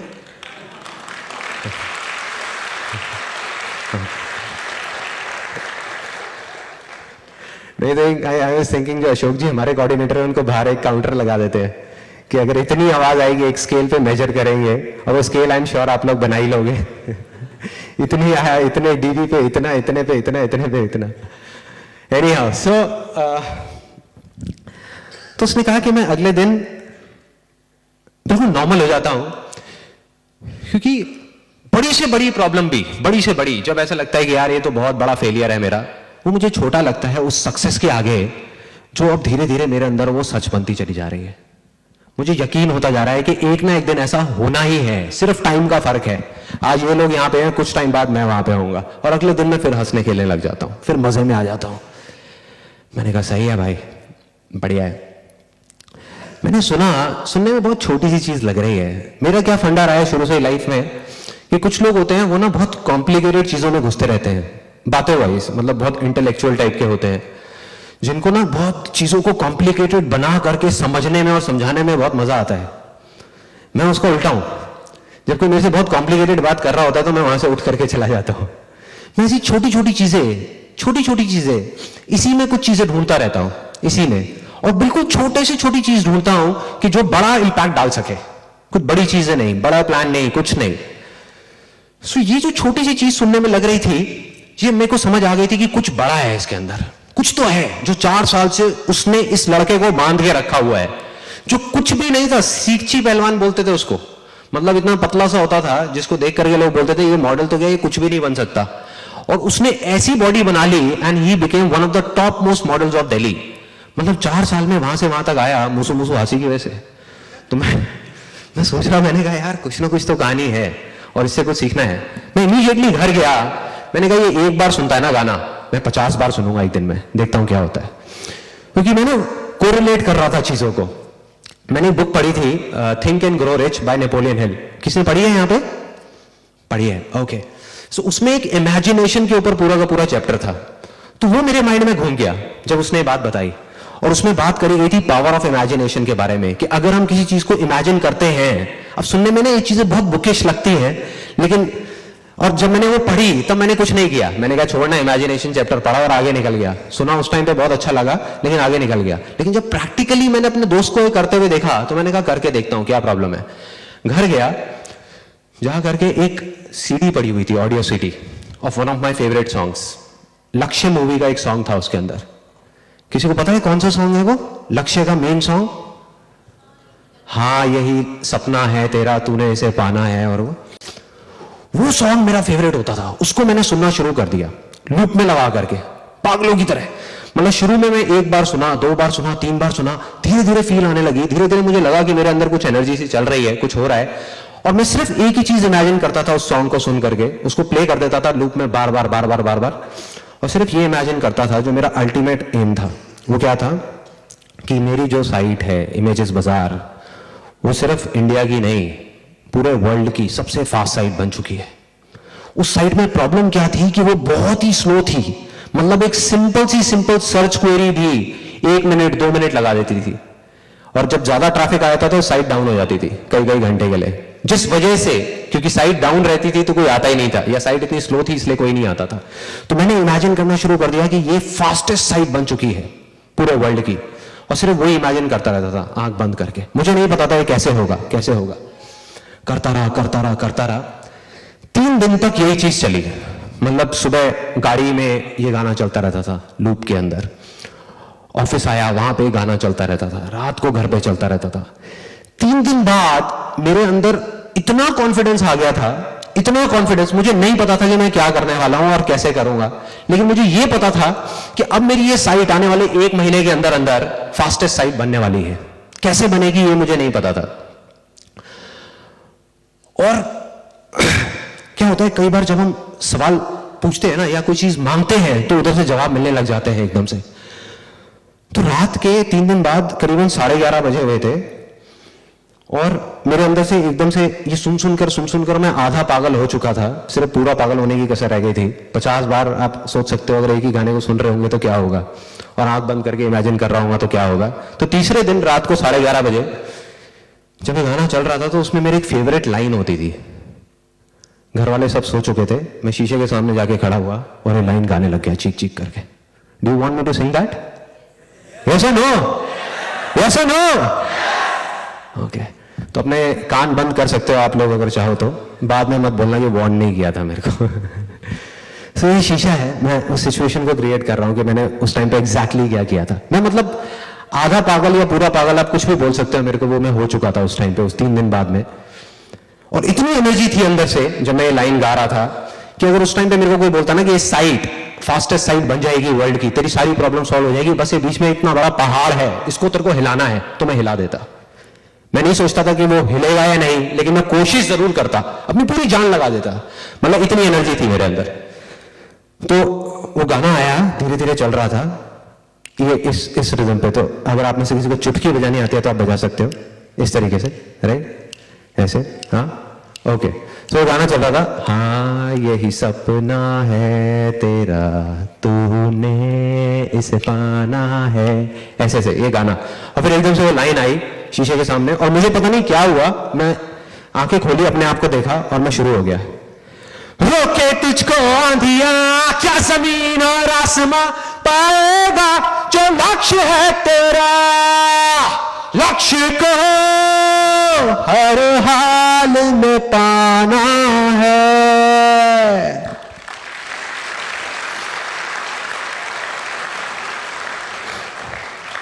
तो अजीब सी लगी ये बातें सुनने में, लेकिन मेरे को पता नहीं ऐसी अजीब अजीब चीजों में बहुत मजा आता है। तो ये जब किया, उधर से बाहर से मेरी मदर की आवाज आई, संदीप बेटा तुम अकेले नहीं रहते इस घर में। मैंने गेट खोला, मैंने कहा हाँ सॉरी मैं भूल गया था कि मैं अकेला नहीं हूँ, आप लोग भी हो, मैं अकेला क्यों एंजॉय कर रहा हूँ, आ जाओ अंदर आ जाओ। उधर से मैंने अपनी मदर को ला करके बिठा दिया वहीं पे साइड में, मैंने कहा आप भी शो देखो, और मेरी मदर बैठी हुई है और मैं फिर से जा रहा हूँ, हाँ यही सब है तेरा। So somewhat like that। मतलब उस टाइम पे मेरी मदर जाते जाते बोल के गई, कहती कि भाई संदीप तू तो पहले थोड़ा जोकरों वाली हरकतें करता था, अब लगता है कि तू पागल जोकर बन चुका है, मतलब तू पूरे तरीके से पागल हो गया है। मैंने कहा ठीक है अब जो है सो है, अब देखा जाएगा। उसके अगले दिन जब ये हुआ तो पूरी रात मेरे अंदर यही सब चलता रहा, सिर्फ वही चलता था, मैं गाना नहीं सुन रहा होता था, मैं इमेजिन कर रहा होता था कि एक ऐसी साइट होगी हमारी जो फास्टेस्ट होगी। प्रॉब्लम्स मुझे दिख ही नहीं रही थी, सिर्फ सोल्यूशन दिख रहा था। सुबह 6 बजे मेरी नींद खुली, मैंने ठान लिया, मैंने कहा अब जब तक ये साइट ठीक नहीं हो जाएगी, जब तक मुझे जवाब नहीं मिलेगा मैं घर नहीं आऊंगा, मैं ऑफिस में बैठा रहूंगा। 6 बजे ऑफिस गया, अपने घर में से चाबी लेकर के, और 6 बजे जा करके बैठ गया। 8 दिन तक मैं अपने ऑफिस में था, दिन रात वहीं पे ब्रेकफास्ट, वहीं पे लंच, वहीं पे डिनर, पागलों की तरह नेट पे बैठ करके ढूंढ रहा था, जवाब ढूंढ रहा था कि क्या होगा, कैसे होगा, क्या करूंगा, क्या नहीं। दिमाग में सिर्फ एक चीज चल रही थी कि कोई इतनी बड़ी प्रॉब्लम नहीं है मेरी, मैं कोई दुनिया का पहला इंसान नहीं हूं जिसको ये प्रॉब्लम आई है, ये दुनिया की पहली साइट नहीं है, बहुत लोगों ने ऐसी साइट्स बनाई और पता नहीं क्या क्या किया, बस मुझे समझना है, मुझे वहां तक पहुंचना है, उस सोल्यूशन तक पहुंचना है। और ढूंढते धीरे धीरे अब मैंने प्रोग्रामिंग सीखना शुरू किया। I learn the basics of programming on my own, I learn how to read codes, I learn how to optimize search queries, ताकि मैं उनके साथ बैठ करके उनकी लैंग्वेज में उनसे बात कर सकूं, उनसे बैठ करके फोटोग्राफी की बात ना करूं, प्रोग्रामिंग की बात करूं, hardcore programming. And the most important, जो हमारा सबसे बड़ा फ्लॉ था हमारे साइट का, डेटाबेस डिजाइन। आप लोग मेरे से ज्यादा अच्छे तरीके से जानते होंगे इस बात को। डेटाबेस जो डिजाइन था हमारी, जो पूरा का पूरा जो पीछे का स्ट्रक्चर था, वो बिल्कुल बेकार था। उसमें कुछ भी प्रॉपर तरीके से टेबल नहीं बनाए गए थे, कोई यूनिक वैल्यू अलॉट नहीं करी हुई थी, कोई इंडेक्सिंग नहीं करी हुई थी, कुछ नहीं था, सब बेकार था। तो मैंने जब वो सारा कुछ किया, डेटाबेस डिजाइन बनाया, पेपर पे ही अपना पेन पेपर ले करके, फॉर्चुनेटली मुझे एक ऐसी रिपोर्ट मिली कि हमारे कॉन्टेक्स्ट में, मतलब हमारे स्टॉक फोटोग्राफी बिजनेस में अल्टीमेटली वो स्ट्रक्चर क्या होना चाहिए, वो डिजाइन क्या होना चाहिए। खुश हो रहे हैं, नाच रहे हैं, गा रहे हैं, मतलब अलग ही एटमोस्फेयर था हमारे पूरे ऑफिस में। एक एक करके सारे अपने निकलो बैठ करके साइड को देख रहे हैं और एक दूसरे को बोल रहे हैं, अबे देख नहीं रुक रही, अबे देख नहीं रुक रही, चल रही है। मतलब मेरा जो सपना था वो सच हो गया। जो था ना कि जैसे ही सर्च के ऊपर लेकर के जाए, कीवर्ड टाइप किया, सर्च के ऊपर एंटर मारा तो गोली की तरह साइट चले। तो वो जो चीज 2 मिनट लग रही थी, 1 मिनट लग रहा था, it came down to 1 second, 2 second, मतलब सारी प्रॉब्लम सॉल्व। और जैसे ये चीज हुई, उसके 1 महीने के अंदर अंदर, ज्यादा टाइम नहीं लगा, ट्रैफिक आ गया साइट के ऊपर, लोग आने शुरू हो गए, सेल्स होनी शुरू हो गई, सब कुछ ठीक हो गया, सारी प्रॉब्लम जैसे कभी थी ही नहीं ऐसा लगने लग गया। Everything became okay and Images Bazaar became a success.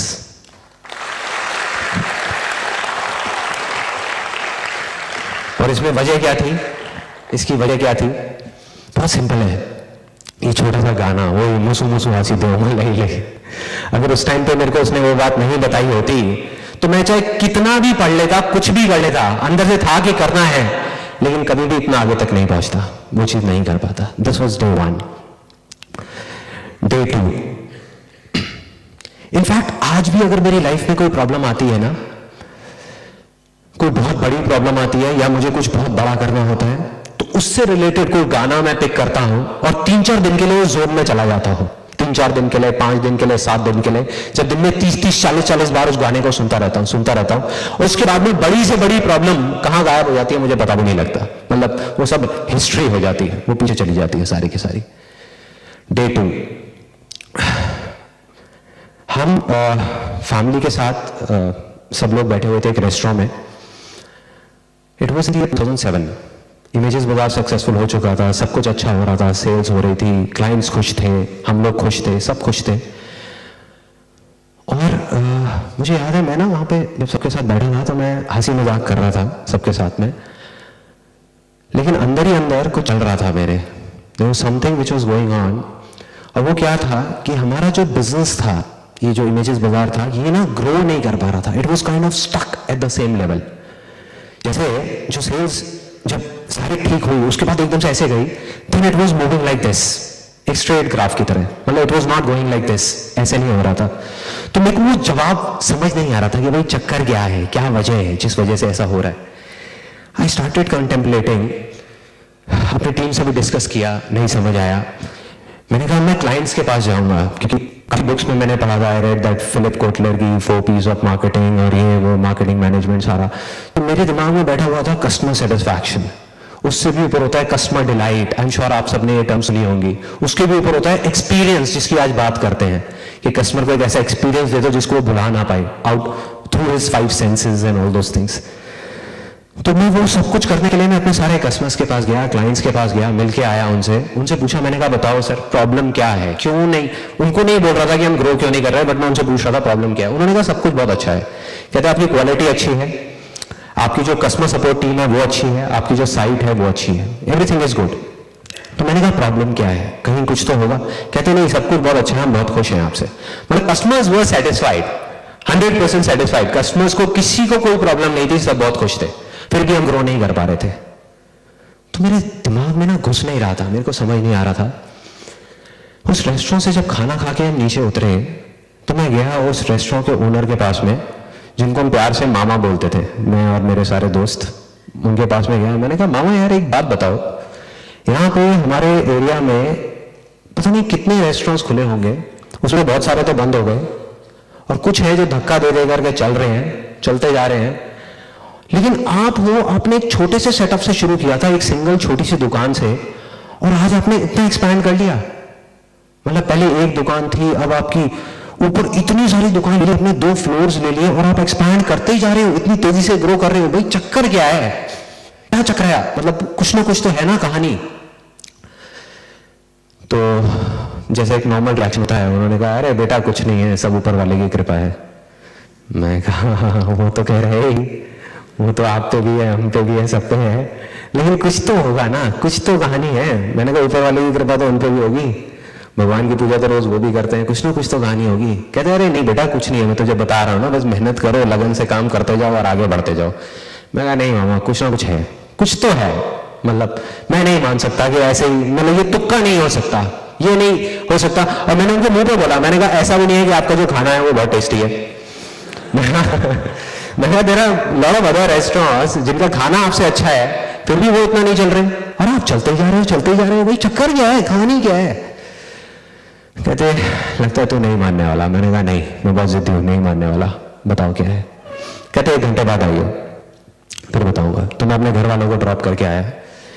सही 1 घंटे बाद मैं उनके पास में खड़ा हुआ था. मैंने कहा अब बताओ क्या कहानी है. मैंने कहा चल मेरे साथ. और अपना थोड़ा बहुत काउंटर समेटा ऊपर सीढ़ियों पे जाने लगे. मैं और वो दोनों गए, उनकी किचन में चले गए. पहले तो मैं किचन देख करके हिल गया. उनकी किचन ऐसी थी जो शायद किसी 5 स्टार होटल से भी ज्यादा साफ थी, बिल्कुल क्लीन, मतलब चमक रही थी एक एक चीज. ऐसा लग रहा था कि अभी नई सेटअप हुई है, जबकि सालों हो गए थे उनको सेटअप हुए. फिर उन्होंने जा करके अपने आदमियों से बोला जो भी वहां पे किचन में काम कर रहे थे, हाँ भाई हो गया सबका, चलो समेटो. फिर उन्होंने अपना इशारा किया, अपनी देसी भाषा में जैसे बात कर रहे हैं उन्होंने ऐसे बात करी. और मेरे को अभी भी एग्जैक्ट याद है वो मोमेंट कि क्या सिचुएशन थी. 3 लोग, उन्होंने 3 बड़े बड़े भगोने उठाए, पतीले होते हैं भगोने, बड़े बड़े बोल. उसमें एक में दाल मखनी थी, एक में ग्रेवी थी, एक में थोड़ा डार्क से कलर की ग्रेवी थी, एक में थोड़ा लाइट कलर की ग्रेवी थी. वो 3 थे. वो उठाए और बाहर निकल गए, वहां से नीचे सीढ़ियों पे जाने लग गए, नीचे उतरने लग गए. नीचे गए, सड़क पे चले गए, मैं भी पीछे पीछे. मैंने कहा देखता हूँ क्या चक्कर है, क्या कहानी है. सड़क पे जा करके उन्होंने तीनों ने वो ले जा करके नाली में डाल दिया मेरे सामने. अब मैं यहाँ पर रहा हूँ, वहाँ पे मामा जी खड़े हुए हैं और वो नाली में डाल रहे हैं. मेरे को समझ नहीं आया, मेरे को अभी भी क्लियर नहीं हुआ. मैंने कहा ये क्या है मामा, ये इससे आपकी सक्सेस का क्या कनेक्शन है, ये क्या दिखा रहे हो आप मुझे. तो कहते बेटा तुमने मुझसे पूछा था कि क्या वजह है, तो यही है वो वजह. हाँ मैं आई एम सॉरी, मैं अभी भी समझ नहीं पा रहा. तो उन्होंने एक ऐसी लाइन बोली कि मैं हिल गया.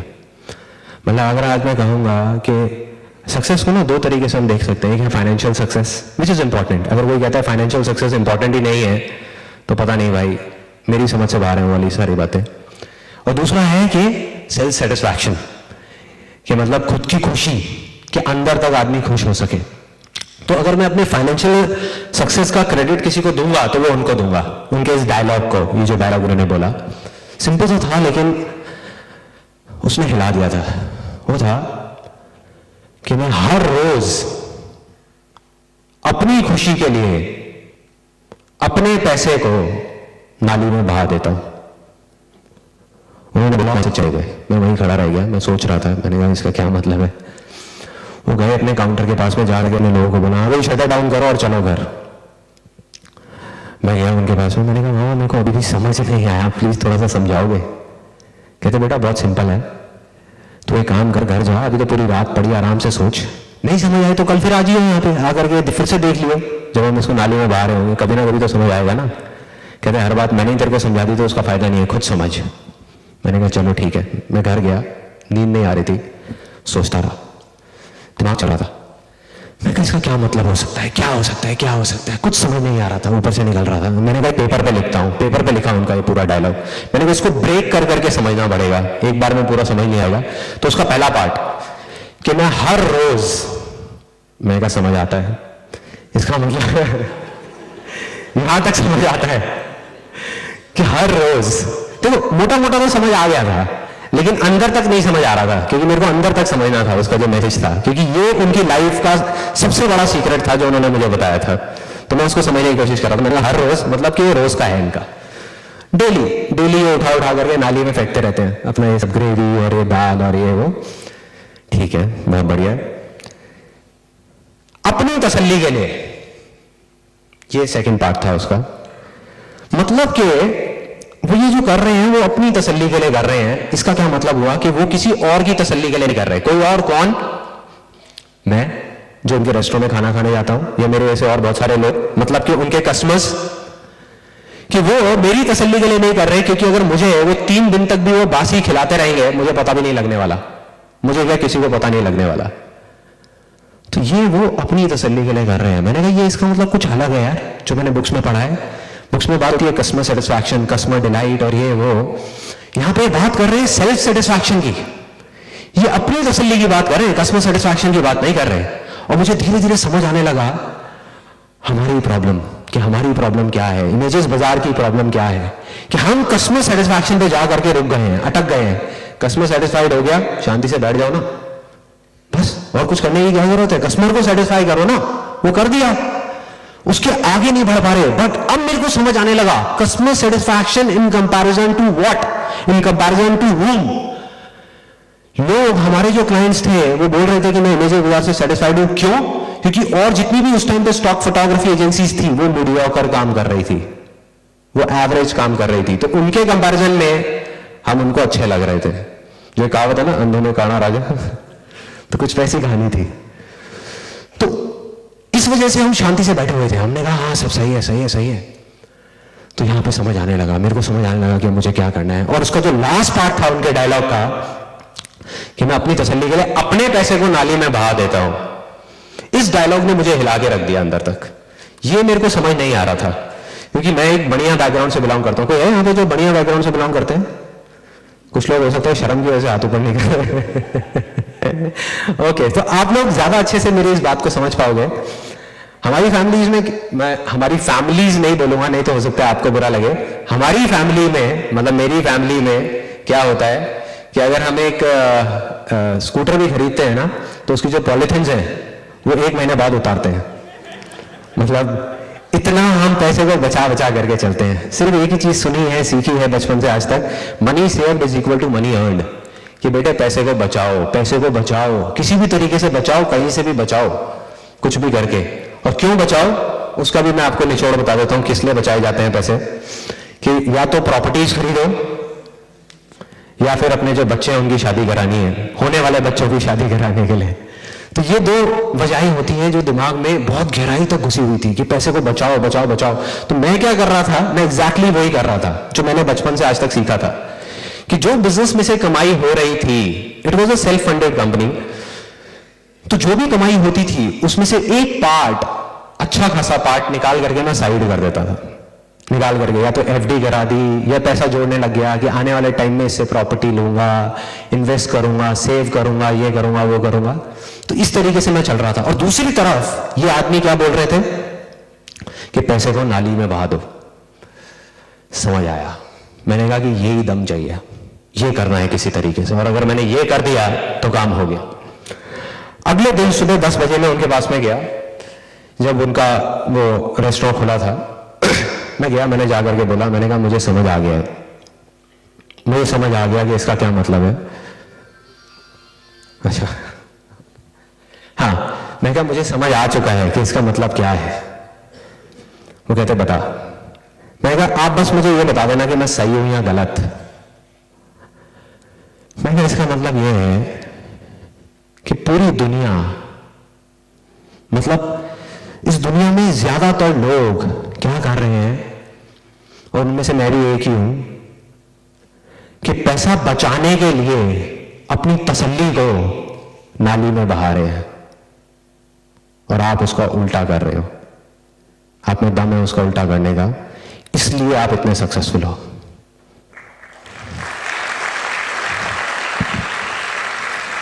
लाइक वो आराम से खड़े होकर के मेरे को देख रहे थे,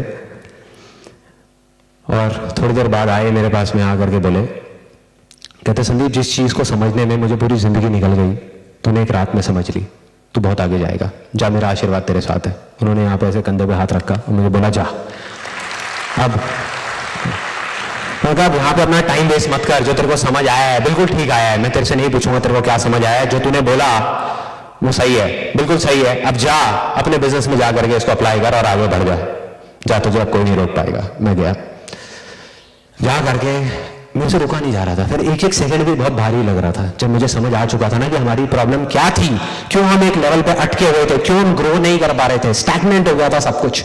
मैं गया, जा करके अपने ऑफिस में सबकी मीटिंग बुलाई, जा करके उनको बोला, मैंने कहा अब से हमें अपने पैसे को नाली में बहाना है।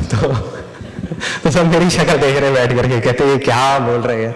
मैं कहा सॉरी, मैं समझाता हूं कि हमें क्या करना है। हमें अब से अपने सेटिस्फैक्शन के बारे में सोचना है।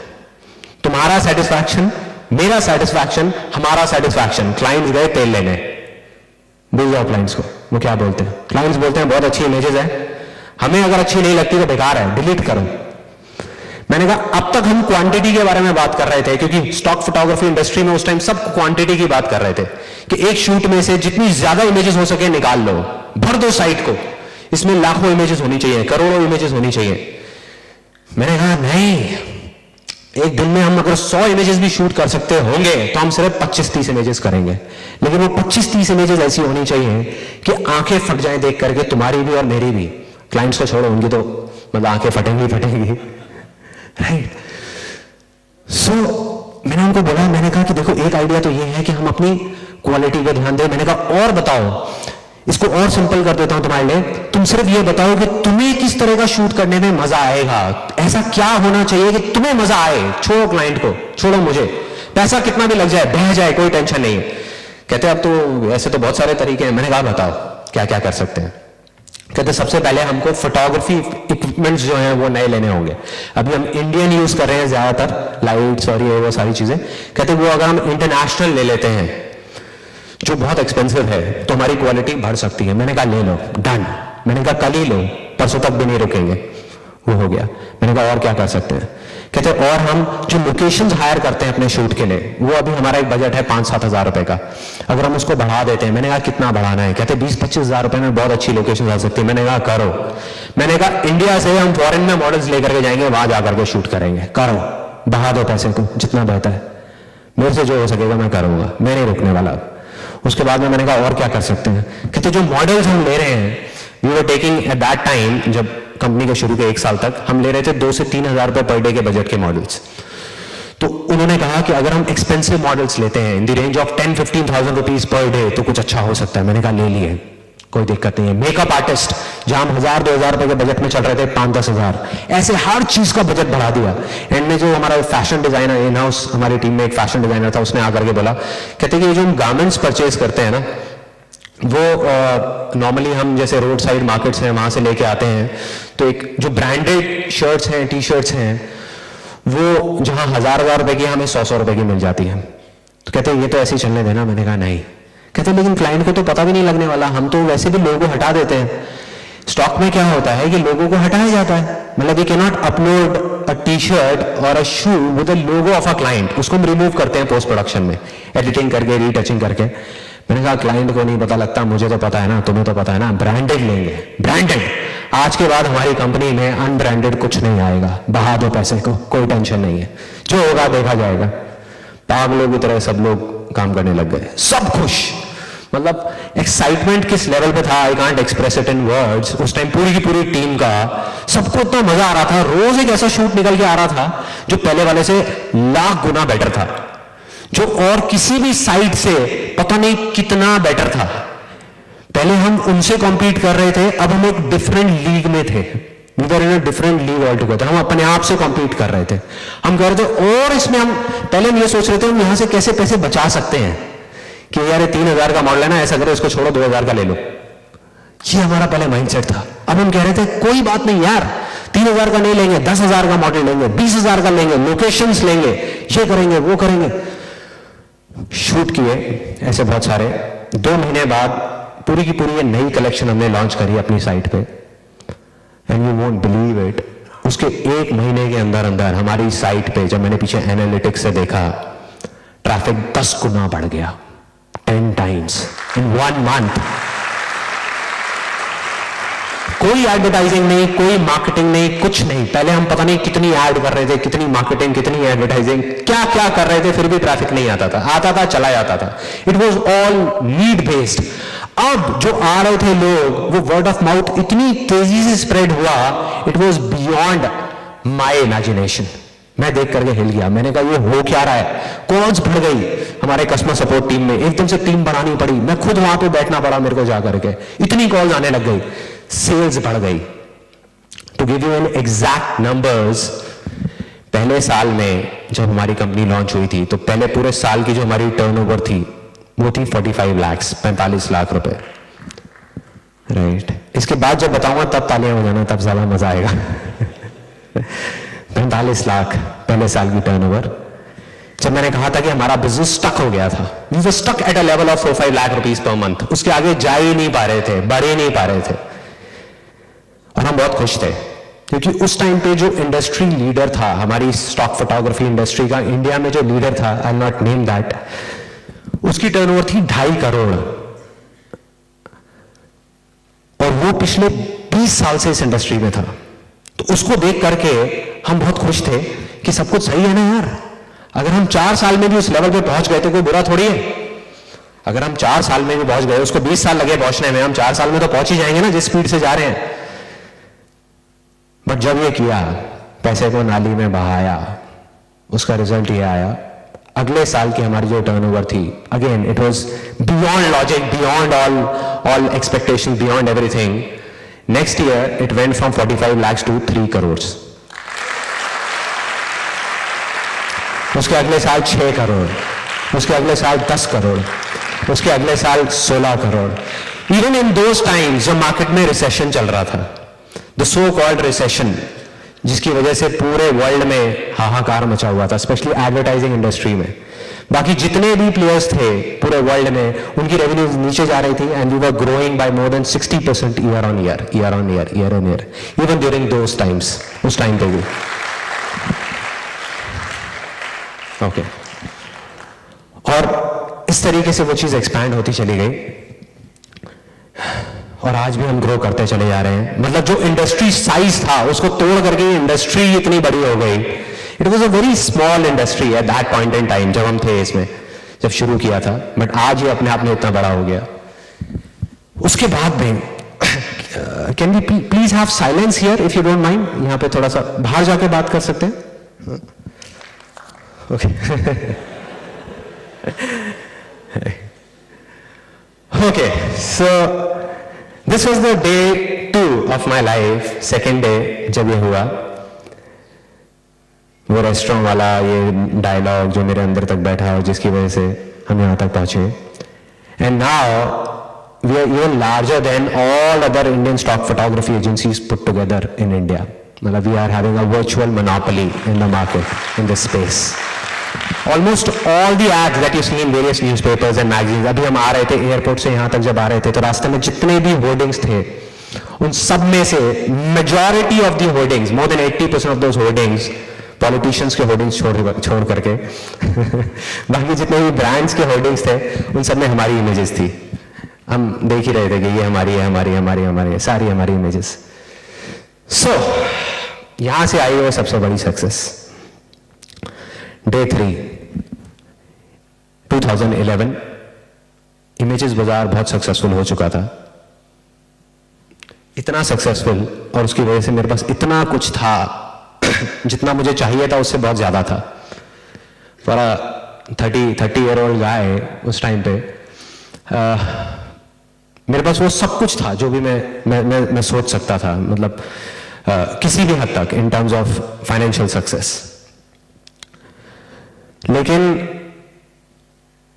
रात के करीब 2:30 बजे लड़ाई चल रही थी मेरे दिमाग में और दिल में, बड़ी तगड़ी लड़ाई थी। दिमाग मेरा बन चुका था एक एंटरप्रेन्योर का, एंटरप्रेन्योर, बिल्कुल एक एंटरप्रेन्योर की तरह सोच रहा था कि ये जो हमारा बिजनेस है इमेजेस बाजार, चाहे कितना भी अच्छा हो, बट हम एक नीश सेगमेंट में ऑपरेट कर रहे हैं। It's in a B2B segment, ये B2C नहीं है। So there is a limit to where we can grow. साल का अब हम 30-40% से ग्रो कर सकते हैं, बट अगर हम एक्सपोनेंशियल ग्रोथ की बात करें तो वो नहीं हो सकता। अगर मैं ये चाहूँ कि इसकी रेवेन्यूज को यहाँ से बढ़ा करके 10,000 करोड़ कर दूं तो नहीं हो सकता। उसके लिए एक आइडिया आया, उस आइडिया पे काम करना मैंने शुरू किया। ऑलमोस्ट 5 महीने तक मैंने काम किया दिन रात उस आइडिया पे। I'll tell you that idea वो क्या था। It was very simple, air purifiers.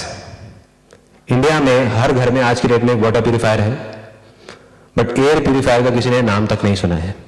On the other hand, penetration rate of air purifiers in countries like North America is more than 30%.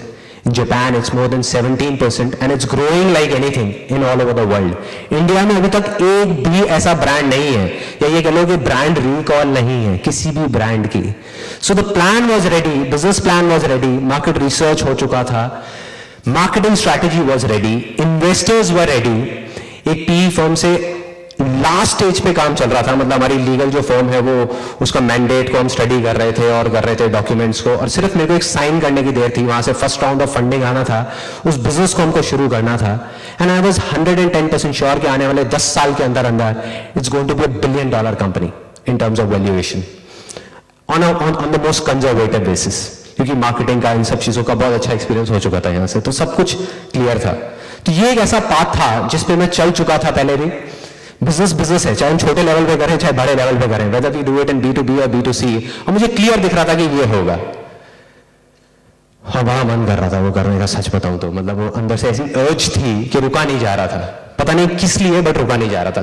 दिल कुछ और कह रहा था, दिमाग ऐसे सोच रहा था, दिल कह रहा था कि मैंने अपने आप से एक कमिटमेंट किया था जब ये कंपनी शुरू भी नहीं हुई थी इमेजेस बाजार, उससे काफी साल पहले, जब मैं अराउंड 22-23 साल का था, कि अगर मैं जिंदगी में कभी कुछ बन गया, तो मैंने और बहुत सारे काम किए थे, बहुत प्रॉब्लम्स आ रही थी, फैमिली की कंडीशंस काफी खराब थी, तो मैंने कहा था अपने आप से कि अगर मैं कभी कुछ बन गया जिंदगी में तो मैं अपने तक नहीं रखूंगा उन सारे एक्सपीरियंसेस को, शेयर करूंगा पूरी दुनिया के साथ, वैसे लोगों के साथ जो मेरी तरह ही कुछ करना चाहते हैं लेकिन उनके पास कोई नहीं है जो आ करके जिनसे वो रिलेट कर सकें। There are lot of people in the age group of 50-60 साल की एज में, बहुत सारे लोग हैं, बट देयर इज नोबडी जो उन्हीं की एज ग्रुप का हो, जो उन्हीं की लैंग्वेज में आकर के उनसे बात कर सके।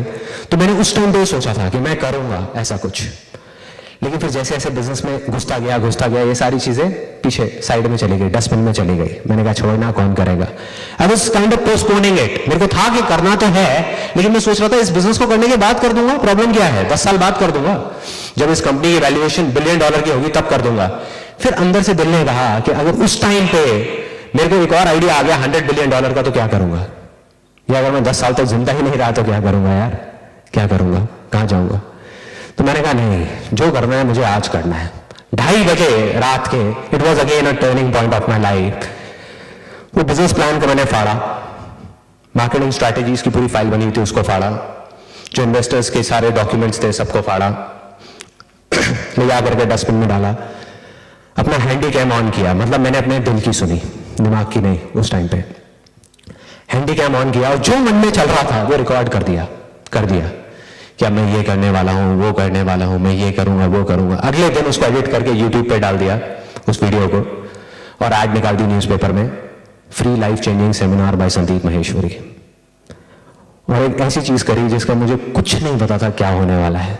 मन में डर था, बहुत कुछ था, लेकिन मैंने सिर्फ अपने दिल की सुनी, क्योंकि पूरी जिंदगी मैंने यही किया था। तो मैंने कहा अब मैं अपने दिमाग की नहीं सुनने वाला। और उसको करना शुरू किया। शुरू में बहुत छोटे लेवल पे, ऑफिस में एक छोटी सी जगह बना ली, वहां पे सिर्फ 20-25 लोग आते थे। वो भी इस तरीके से आते थे जैसे मेरे ऊपर एहसान कर रहे हैं आकर के। मतलब 50 लोग रजिस्टर करते थे, उसके बाद में उसमें से 25 लोग आते थे। वो भी उसमें से बहुत सारे लोग कभी मोबाइल पे बात कर रहे होते थे, कोई बीच में से चला जाता था। धीरे धीरे but I was kind of, मेरे को मजा आने लगा वो करने में। मुझे लग रहा था कि हाँ यही है वो कॉलिंग। मतलब कुछ था, मुझे नहीं पता था इसको करके क्या होने वाला है। पागलपन था, बेवकूफी थी। ऑफिस में भी सब सोच रहे थे क्या हो रहा है, क्यों हो रहा है। घर वाले कह रहे थे क्या कर रहा है, क्यों कर रहा है, फ्री के सेमिनार्स, क्या फंडा है यार। और open to anybody and everybody, कोई भी आए, कहीं से भी आए। पहले 25 लोग आए, धीरे धीरे वर्ड ऑफ माउथ स्प्रेड हुआ। उसके बाद में 30-40 लोग आने लगे हर हफ्ते। सैटरडे को 11 से 1 का टाइम होता था। फिर धीरे धीरे और लोग आए, 50 लोग आए, 100 लोग आए हर हफ्ते के। उसके बाद में जगह कम पड़ने लगी, तो हमने एक ऑडिटोरियम हायर करना शुरू कर दिया दिल्ली में। वहां पे हर हफ्ते के 400-500 लोग आते थे और ये सेमिनार्स मेरे चलने लग गए। Free life changing seminars. India में अलग अलग जगह से लोग आने लगे and it was absolutely free. मतलब ऐसा नहीं था मैंने लिखा और किया कुछ, हर चीज वहां पे फ्री थी, कुछ भी नहीं। उसके बाद में फाइनली मुझे समझ आ गया कि अगर इस तरीके से सेमिनार्स करता रहा तो कुछ नहीं होने वाला, because there is a limit to where I can reach. तो इसको मारना होगा अगर इसको जिंदगी भर के लिए जिंदा रखना है तो मैंने सोचा कि उसको मार दूंगा। 20th October I conducted my last life changing seminar at Thyagaraj stadium, जो अभी आपने देखा। हमने एक्सपेक्ट किया था करीबन 4-5 हजार लोग आएंगे। उस दिन 8,000 से ज्यादा लोग आए ऑल ओवर इंडिया से। और मुझे वो मोमेंट याद है जब पूरा स्टेडियम भरा हुआ था और मैं वहीं साइड में खड़े होकर के देख रहा था। It was kind of unbelievable for me. मुझे समझ नहीं आ रहा था हो क्या रहा है, कहाँ कहाँ से लोग आ रहे हैं, कौन कौन है, मैं किसी को जानता नहीं, पहचानता नहीं। और जब मैं वहां से नीचे उतरा, उधर आया, स्टेज पे आ करके अपना वो सेमिनार खत्म किया, तो लाइफ में पहली बार मैं रोया था। मतलब 30 साल की एज में एक बार भी ऐसा नहीं हुआ। फैमिली में अगर किसी की डेथ भी होती थी तो मैं नहीं रोता था, बाकी लोग सब रो रहे होते थे, मैं साइड में खड़ा होता था। उस दिन मेरे से रुका नहीं गया। आई स्टार्टेड क्राइंग वहाँ पे सबके सामने, हजारों लोगों के सामने। And the best thing was कि मैं अकेला नहीं था, मेरे साथ में और हजारों लोग उस स्टेडियम में बैठे थे। कुछ ऐसा हुआ था उस दिन जो मैं अभी एक्सप्रेस नहीं कर सकता, मैं एक्सप्लेन नहीं कर सकता क्या था वो वर्ड्स में। शायद वो लोग कर पाएंगे जो वहाँ पे थे, वो भी रो रहे थे साथ में। बहुत सारे लोग, हजारों लोग वहाँ पे रो रहे थे। उसमें मेरे पेरेंट्स भी थे, मेरी वाइफ, मेरा 5 साल का बेटा, सब लोग थे। तो उसके बाद जो फीलिंग हुई वो मैं आपको बताता हूँ क्या हुआ था। उसके बाद में जब वो सेमिनार खत्म हुआ तो मेरी मदर आई, आ करके मेरे को कस के पकड़ लिया, हक कर दिया। और ऐसा उन्होंने पहले कभी नहीं किया, ना मेरे फादर ने ना मदर ने। मैंने बड़े बड़े मेरे को अवार्ड्स मिल गए, बिजनेस हो गया, ये हो गया, वो हो गया, सब कुछ किया, लेकिन कभी इतना खुश मैंने किसी को नहीं देखा, ना अपने आप को ना किसी और को। वो आई, उन्होंने आ करके मेरे को कस के हक किया और बोला कि बेटे मुझे तुझ पे गर्व नहीं है, मुझे तुझ पे नहीं है, मुझे अपने आप पे गर्व है, क्योंकि मैं तेरी माँ हूं, मैं तेरी माँ हूं। उस दिन कुछ अजीब सा हो रहा था। मैं वहां पे खड़ा हुआ, उधर से मेरी मदर रो रही, मैं अपने आप को कंट्रोल कर रहा था किसी तरीके से, मैं अपने रोक रहा था। उधर मेरे फादर खड़े हुए। अब मेरा और मेरे फादर का रिलेशन शुरू से ऐसा रहा है कि अंदर ही अंदर एक दूसरे को प्यार बहुत करते हैं, लेकिन एक्सप्रेस नहीं करते। जब सामने आते हैं तो कुछ नहीं, एकदम चुप, पीछे से ठीक है, मन में बहुत कुछ है। उस दिन मेरे फादर रो रहे थे, वो वहां पे साइड में खड़े हुए। वो आए, आ करके उन्होंने मुझे कस के पकड़ लिया, गले मिले। फिर मैं भी रो रहा, मैं रो रहा, यहाँ पे मेरे फादर रो रहे, मेरी वाइफ, मेरा बेटा, सब देख रहे। और उन्होंने कुछ ऐसा बोला जिसके बाद में ना मैं हिल गया पूरे तरीके से। मेरे को समझ नहीं आया मैं कैसे अपने आप को एक्सप्रेस करूं। उन्होंने कहा, गले मिल गए, शाबाश बेटा, तूने हमें अमर कर दिया, अमर कर दिया तूने हमें। आई वाज लाइक, मैं कहा ये हो क्या रहा है, मेरे को कुछ समझ नहीं आ रहा था, सब ऊपर से निकल रहा था। और उसके बाद से जो मेरी फीलिंग है, लाखों लोग इस सेमिनार को ऑलरेडी देख चुके हैं, अभी हार्डली 1-1.5 महीना हुआ है इसको ऑनलाइन गए हुए, ऑलरेडी काफी लोग देख चुके हैं इसको online. It has kind of become viral, बहुत लोग देख रहे हैं, हजारों कमेंट्स आ रहे हैं जगह जगह से। और जब मैं उन कमेंट्स को पढ़ता हूँ तो पढ़ कर कई बार मतलब आंखें गीली हुई हो जाती हैं, मतलब ऐसी सी एक फीलिंग होती है। तो इस फीलिंग को अगर मैं चाहूँ भी एक्सप्रेस करना, तो मैं इसको कोई नाम नहीं दे सकता। मैं ये नहीं बोल सकता कि ये सक्सेस है, हैप्पीनेस है, क्या है। मतलब एक ऐसी फीलिंग है जैसे अगर कोई आग में जला हो और वो समझाने की कोशिश कर रहा है कि आग में जलने का वो दर्द कैसा होता है, वो जलन कैसी होती है, कि क्या हालत होती है। वो सिर्फ वही समझ सकता है जो उस आग में जला हो, कभी वो समझ सकता है। बाकी लोगों के लिए सिर्फ एक मजाक है, वो कहेंगे यार ये छोड़ना यार, क्या है, होगा दर्द होगा और क्या है। लेकिन फिर भी अगर मैं कोशिश करूं एक्सप्रेस करने की, तो वो कुछ ऐसी है फीलिंग कि अगर अभी आप मुझे ऑप्शन दो कि या तो ये 10 प्राइवेट जेट है, ये मैं रख सकता हूं, या ये जो मेरी फीलिंग है, जो मैं अभी फील कर रहा हूं, या जो मैंने तब फील किया, ये सब करके जो मैं कर रहा हूं, इन दोनों में से किसी एक चीज को मैं रख सकता हूं और दूसरे को मुझे बस हटाना होगा, तो मैं 1 सेकंड भी नहीं लगाऊंगा, आग लगा दूंगा उन 10 के 10 प्राइवेट जेट में। ये है मेरे लिए सक्सेस आज के टाइम में। क्योंकि ना मुझे अब जा करके असली सक्सेस जो है उसका मतलब समझ आ गया है। तब नहीं समझ आता था, जब मैं छोटा था, मतलब जब मैं कॉलेज में था, उसमें था, तब नहीं समझ आता था। तब लगता था कि यार फेरारी का मतलब सक्सेस है। आज मैं चाहूं तो जितनी फेरारी चाहूं उतनी ले सकता हूं, लेकिन आज मेरे लिए वो सक्सेस नहीं है, आज कुछ और है। सक्सेस क्या है? वो ये नहीं है कि हम कुछ चीजें इकट्ठी करने के लिए, जैसे प्रॉपर्टी, कार, बैंक बैलेंस, कुछ चीजें इकट्ठी करने के लिए जिंदगी भर बस भागते रहें, और जो चीजें हमारे पास नहीं है उसको सोच करके हम बस रोते रहें। ये नहीं है सक्सेस, ये सिर्फ एक ढोंग है, दिखावा है और कुछ नहीं है। असली सक्सेस है जो मैंने फील करी है, जब आप कुछ ऐसा कर जाओ कि अपनी हर चीज गंवाने के बाद भी, हर चीज, आप हंसते हंसते मर सको, वो है असली success. That is success for me. And at the end, इस सेमिनार के एंड में मैं आपसे बस मैं एक ही चीज कहूंगा कि अपने पूरे दिल से मैं आप सब लोगों के लिए, because you are the ones जो आने वाले टाइम में कुछ ना कुछ बदलने वाले हैं, कुछ ना कुछ करने वाले हैं। तो मैं अपने पूरे दिल से सिर्फ एक ही दुआ मांगता हूं कि आप कुछ भी करो, कहीं भी रहो, जो भी करो, आप बस अपने पूरे दिल से हमेशा खुश रहो। Thank you, sir. It has been a mesmerizing experience and very emotional too. Now we have time only for 2 questions from the audience, because this has been very straight from his heart. So anything from the audience?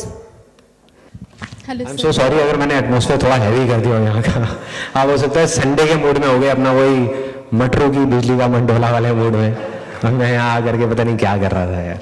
Any house, या Sir, you have been role model of many people, but I just want to know who is your role model?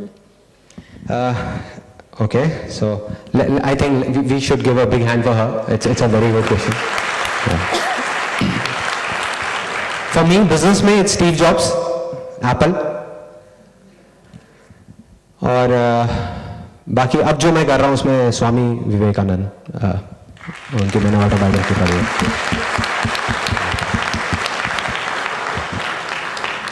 Hello, sir. It's not a question; it's a request.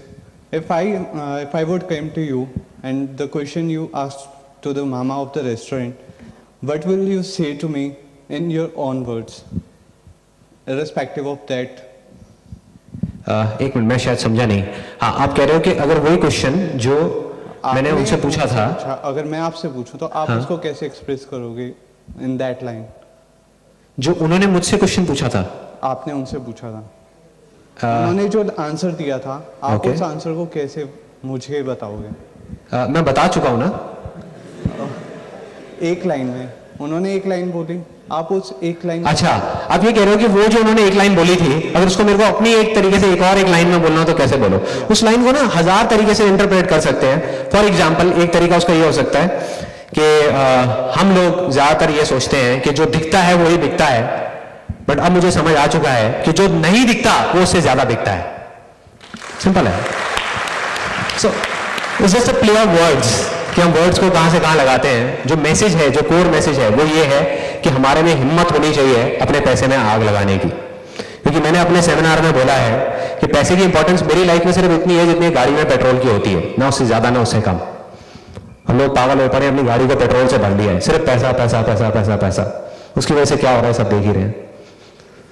So yeah next question. Okay, thank you Sandeep. Hi, thank you so much. I think what he was trying to ask कि आपकी one line मोटो क्या है? मतलब उनका एक one line मोटो था अपना restaurant चलाने के लिए। हाँ, तो आपका क्या है? Okay okay okay. सो मेरा फंडा बहुत सिंपल सा है लाइफ का कि एक कोट है which says if you have a reason to die for, you will live forever.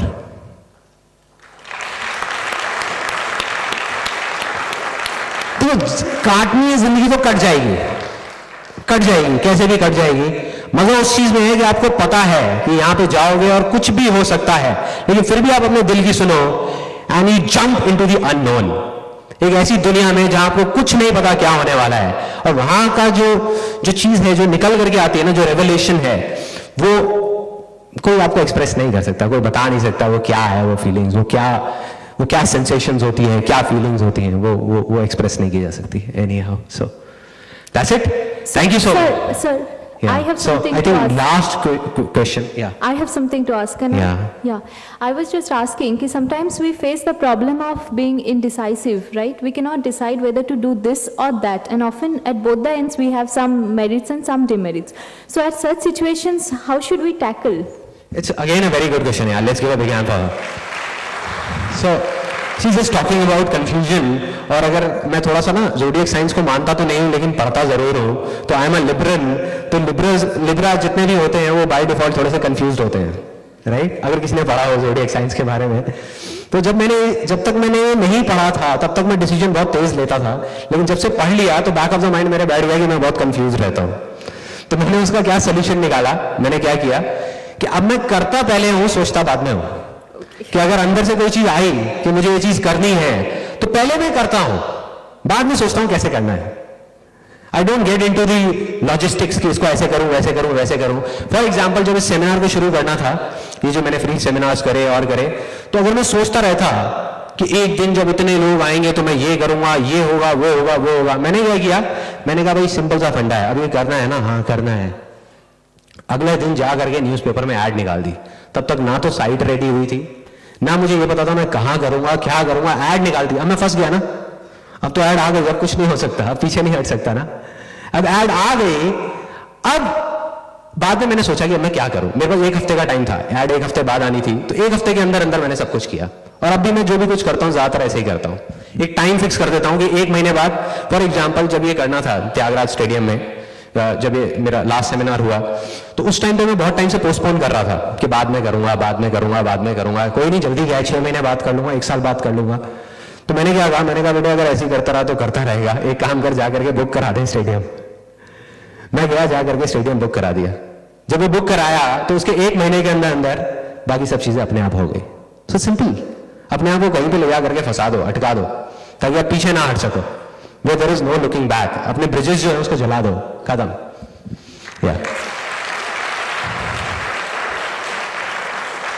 Time हो गया है ना?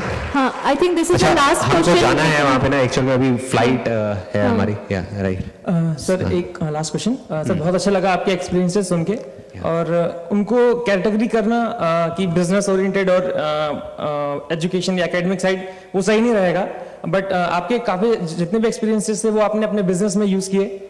और मैं चाहूँगा कि अगर आप अपना कोई भी एक्सपीरियंस या कोई भी कमेंट हम एकेडमिक्स वालों के लिए अगर कुछ दें तो मुझे बहुत अच्छा लगेगा वो जान के। तो थोड़ा टफ होगा, लेकिन अच्छा होगा कि वो एक कमेंट मिला आपसे। मैंने अगर कमेंट दिया तो मुझे बाहर निकाल दिया जाएगा यहाँ से। मैं कॉलेज ड्रॉप आउट, तो मैं फिर ये कहूँगा छोड़ दो कॉलेज। नहीं सर, शायद वो फेलियर ही हमें अच्छा सक्सेस दे। नहीं, जस्ट किडिंग। देखिए, for all of you, all I can say is कि ना, जो भी करना है ना, सिर्फ एक थॉट है, एक सीड है, उसको प्लांट कर दो अपने अंदर। ज्यादा सोचो मत कि मैं ये करूंगा, मैं वो बनूंगा। सिर्फ एक चीज, एक थॉट को, एक आइडिया को अपने माइंड में प्लांट कर दो, जो मेरे माइंड में कभी प्लांट हुआ था, कि जो करना है अपने दिल से करना है यार, बस किसी को दिखाने के लिए नहीं करना। ये बड़ा गंदा ट्रैप है यार। मैं उस ट्रैप में भी रहा हूं, उस फेज में भी रहा हूं, उसमें भी रहा हूं, उसमें भी रहा हूं। मतलब नीचे से नीचे, ऊपर से ऊपर, बीच में, ये सारे फेजेस देखे। और इस साइकिल से, ये जो रेस लग रही थी ना, जिस रेस में कहते हैं कि even if you win that race you are still a rat race की जो प्रॉब्लम बोलते हैं। सो इस रेस में जब तक भागते रहेंगे, अभी you might be thinking because you are a student, ये फेज बिल्कुल अलग है उस फेज से।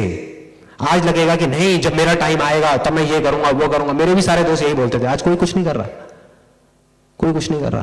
कोई अपने बिजनेस में लगा हुआ है, कोई वहां लगा हुआ है, कोई वहां लगा हुआ है। बोलते थे हम ये करेंगे, वो करेंगे। It's a trap, it's a trap. हमें पता है कि ये एक झूठ है। जैसे एक मूवी देख रहे होते हैं ना सिनेमा हॉल में जा करके, हमें पता है मूवी है, फिर भी इतने इन्वॉल्व हो जाते हैं उस मूवी में कि रोने लग जाते हैं, हंसने लग जाते हैं, रोने लग जाते हैं। चलो हंसना छोड़ो, रोने लग जाते हैं। मतलब 2D फिल्म का ये असर हो रहा है हमारे ऊपर। तो इस ट्रैप का क्या असर होगा? ये जो पैसे का ट्रैप है, जब आता है ना पैसा चारों तरफ से, तब बड़ा मजा आता है। उस टाइम पे निकल करके वो करना जो आपका दिल कह रहा है। आपके अंदर से आवाज आ रही होती है, यार क्या कर रहा हूं। उसी ऑफिस में बैठ करके बार बार वही काम कर रहा हूं, बार बार साइकिल में। लेकिन फिर जब बैंक बैलेंस बढ़ता हुआ दिखता है तो लगता है चलने देना यार, क्या फर्क पड़ रहा है। जो करना है 1 साल बाद करूंगा ना, 2 साल बाद, 3 साल बाद। अरे किसके पास टाइम है? किसको पता है कि हम कितने टाइम तक यहां पे रहने वाले हैं? मुझे नहीं पता, आपको नहीं पता, किसी को नहीं पता। तो जो करना है, दिल में जो हो कि मेरे को ये करना है, उसको जल्दी करो, जल्दी करो। थोड़ी सी जल्दीबाजी होनी चाहिए। हाँ, so thank you so much. Thank you, sir, for sparing your precious time, and wish you good luck and hope to see you again among us, and wish you uncountable success, and my pleasure. We will meet again hopefully here. Thank you.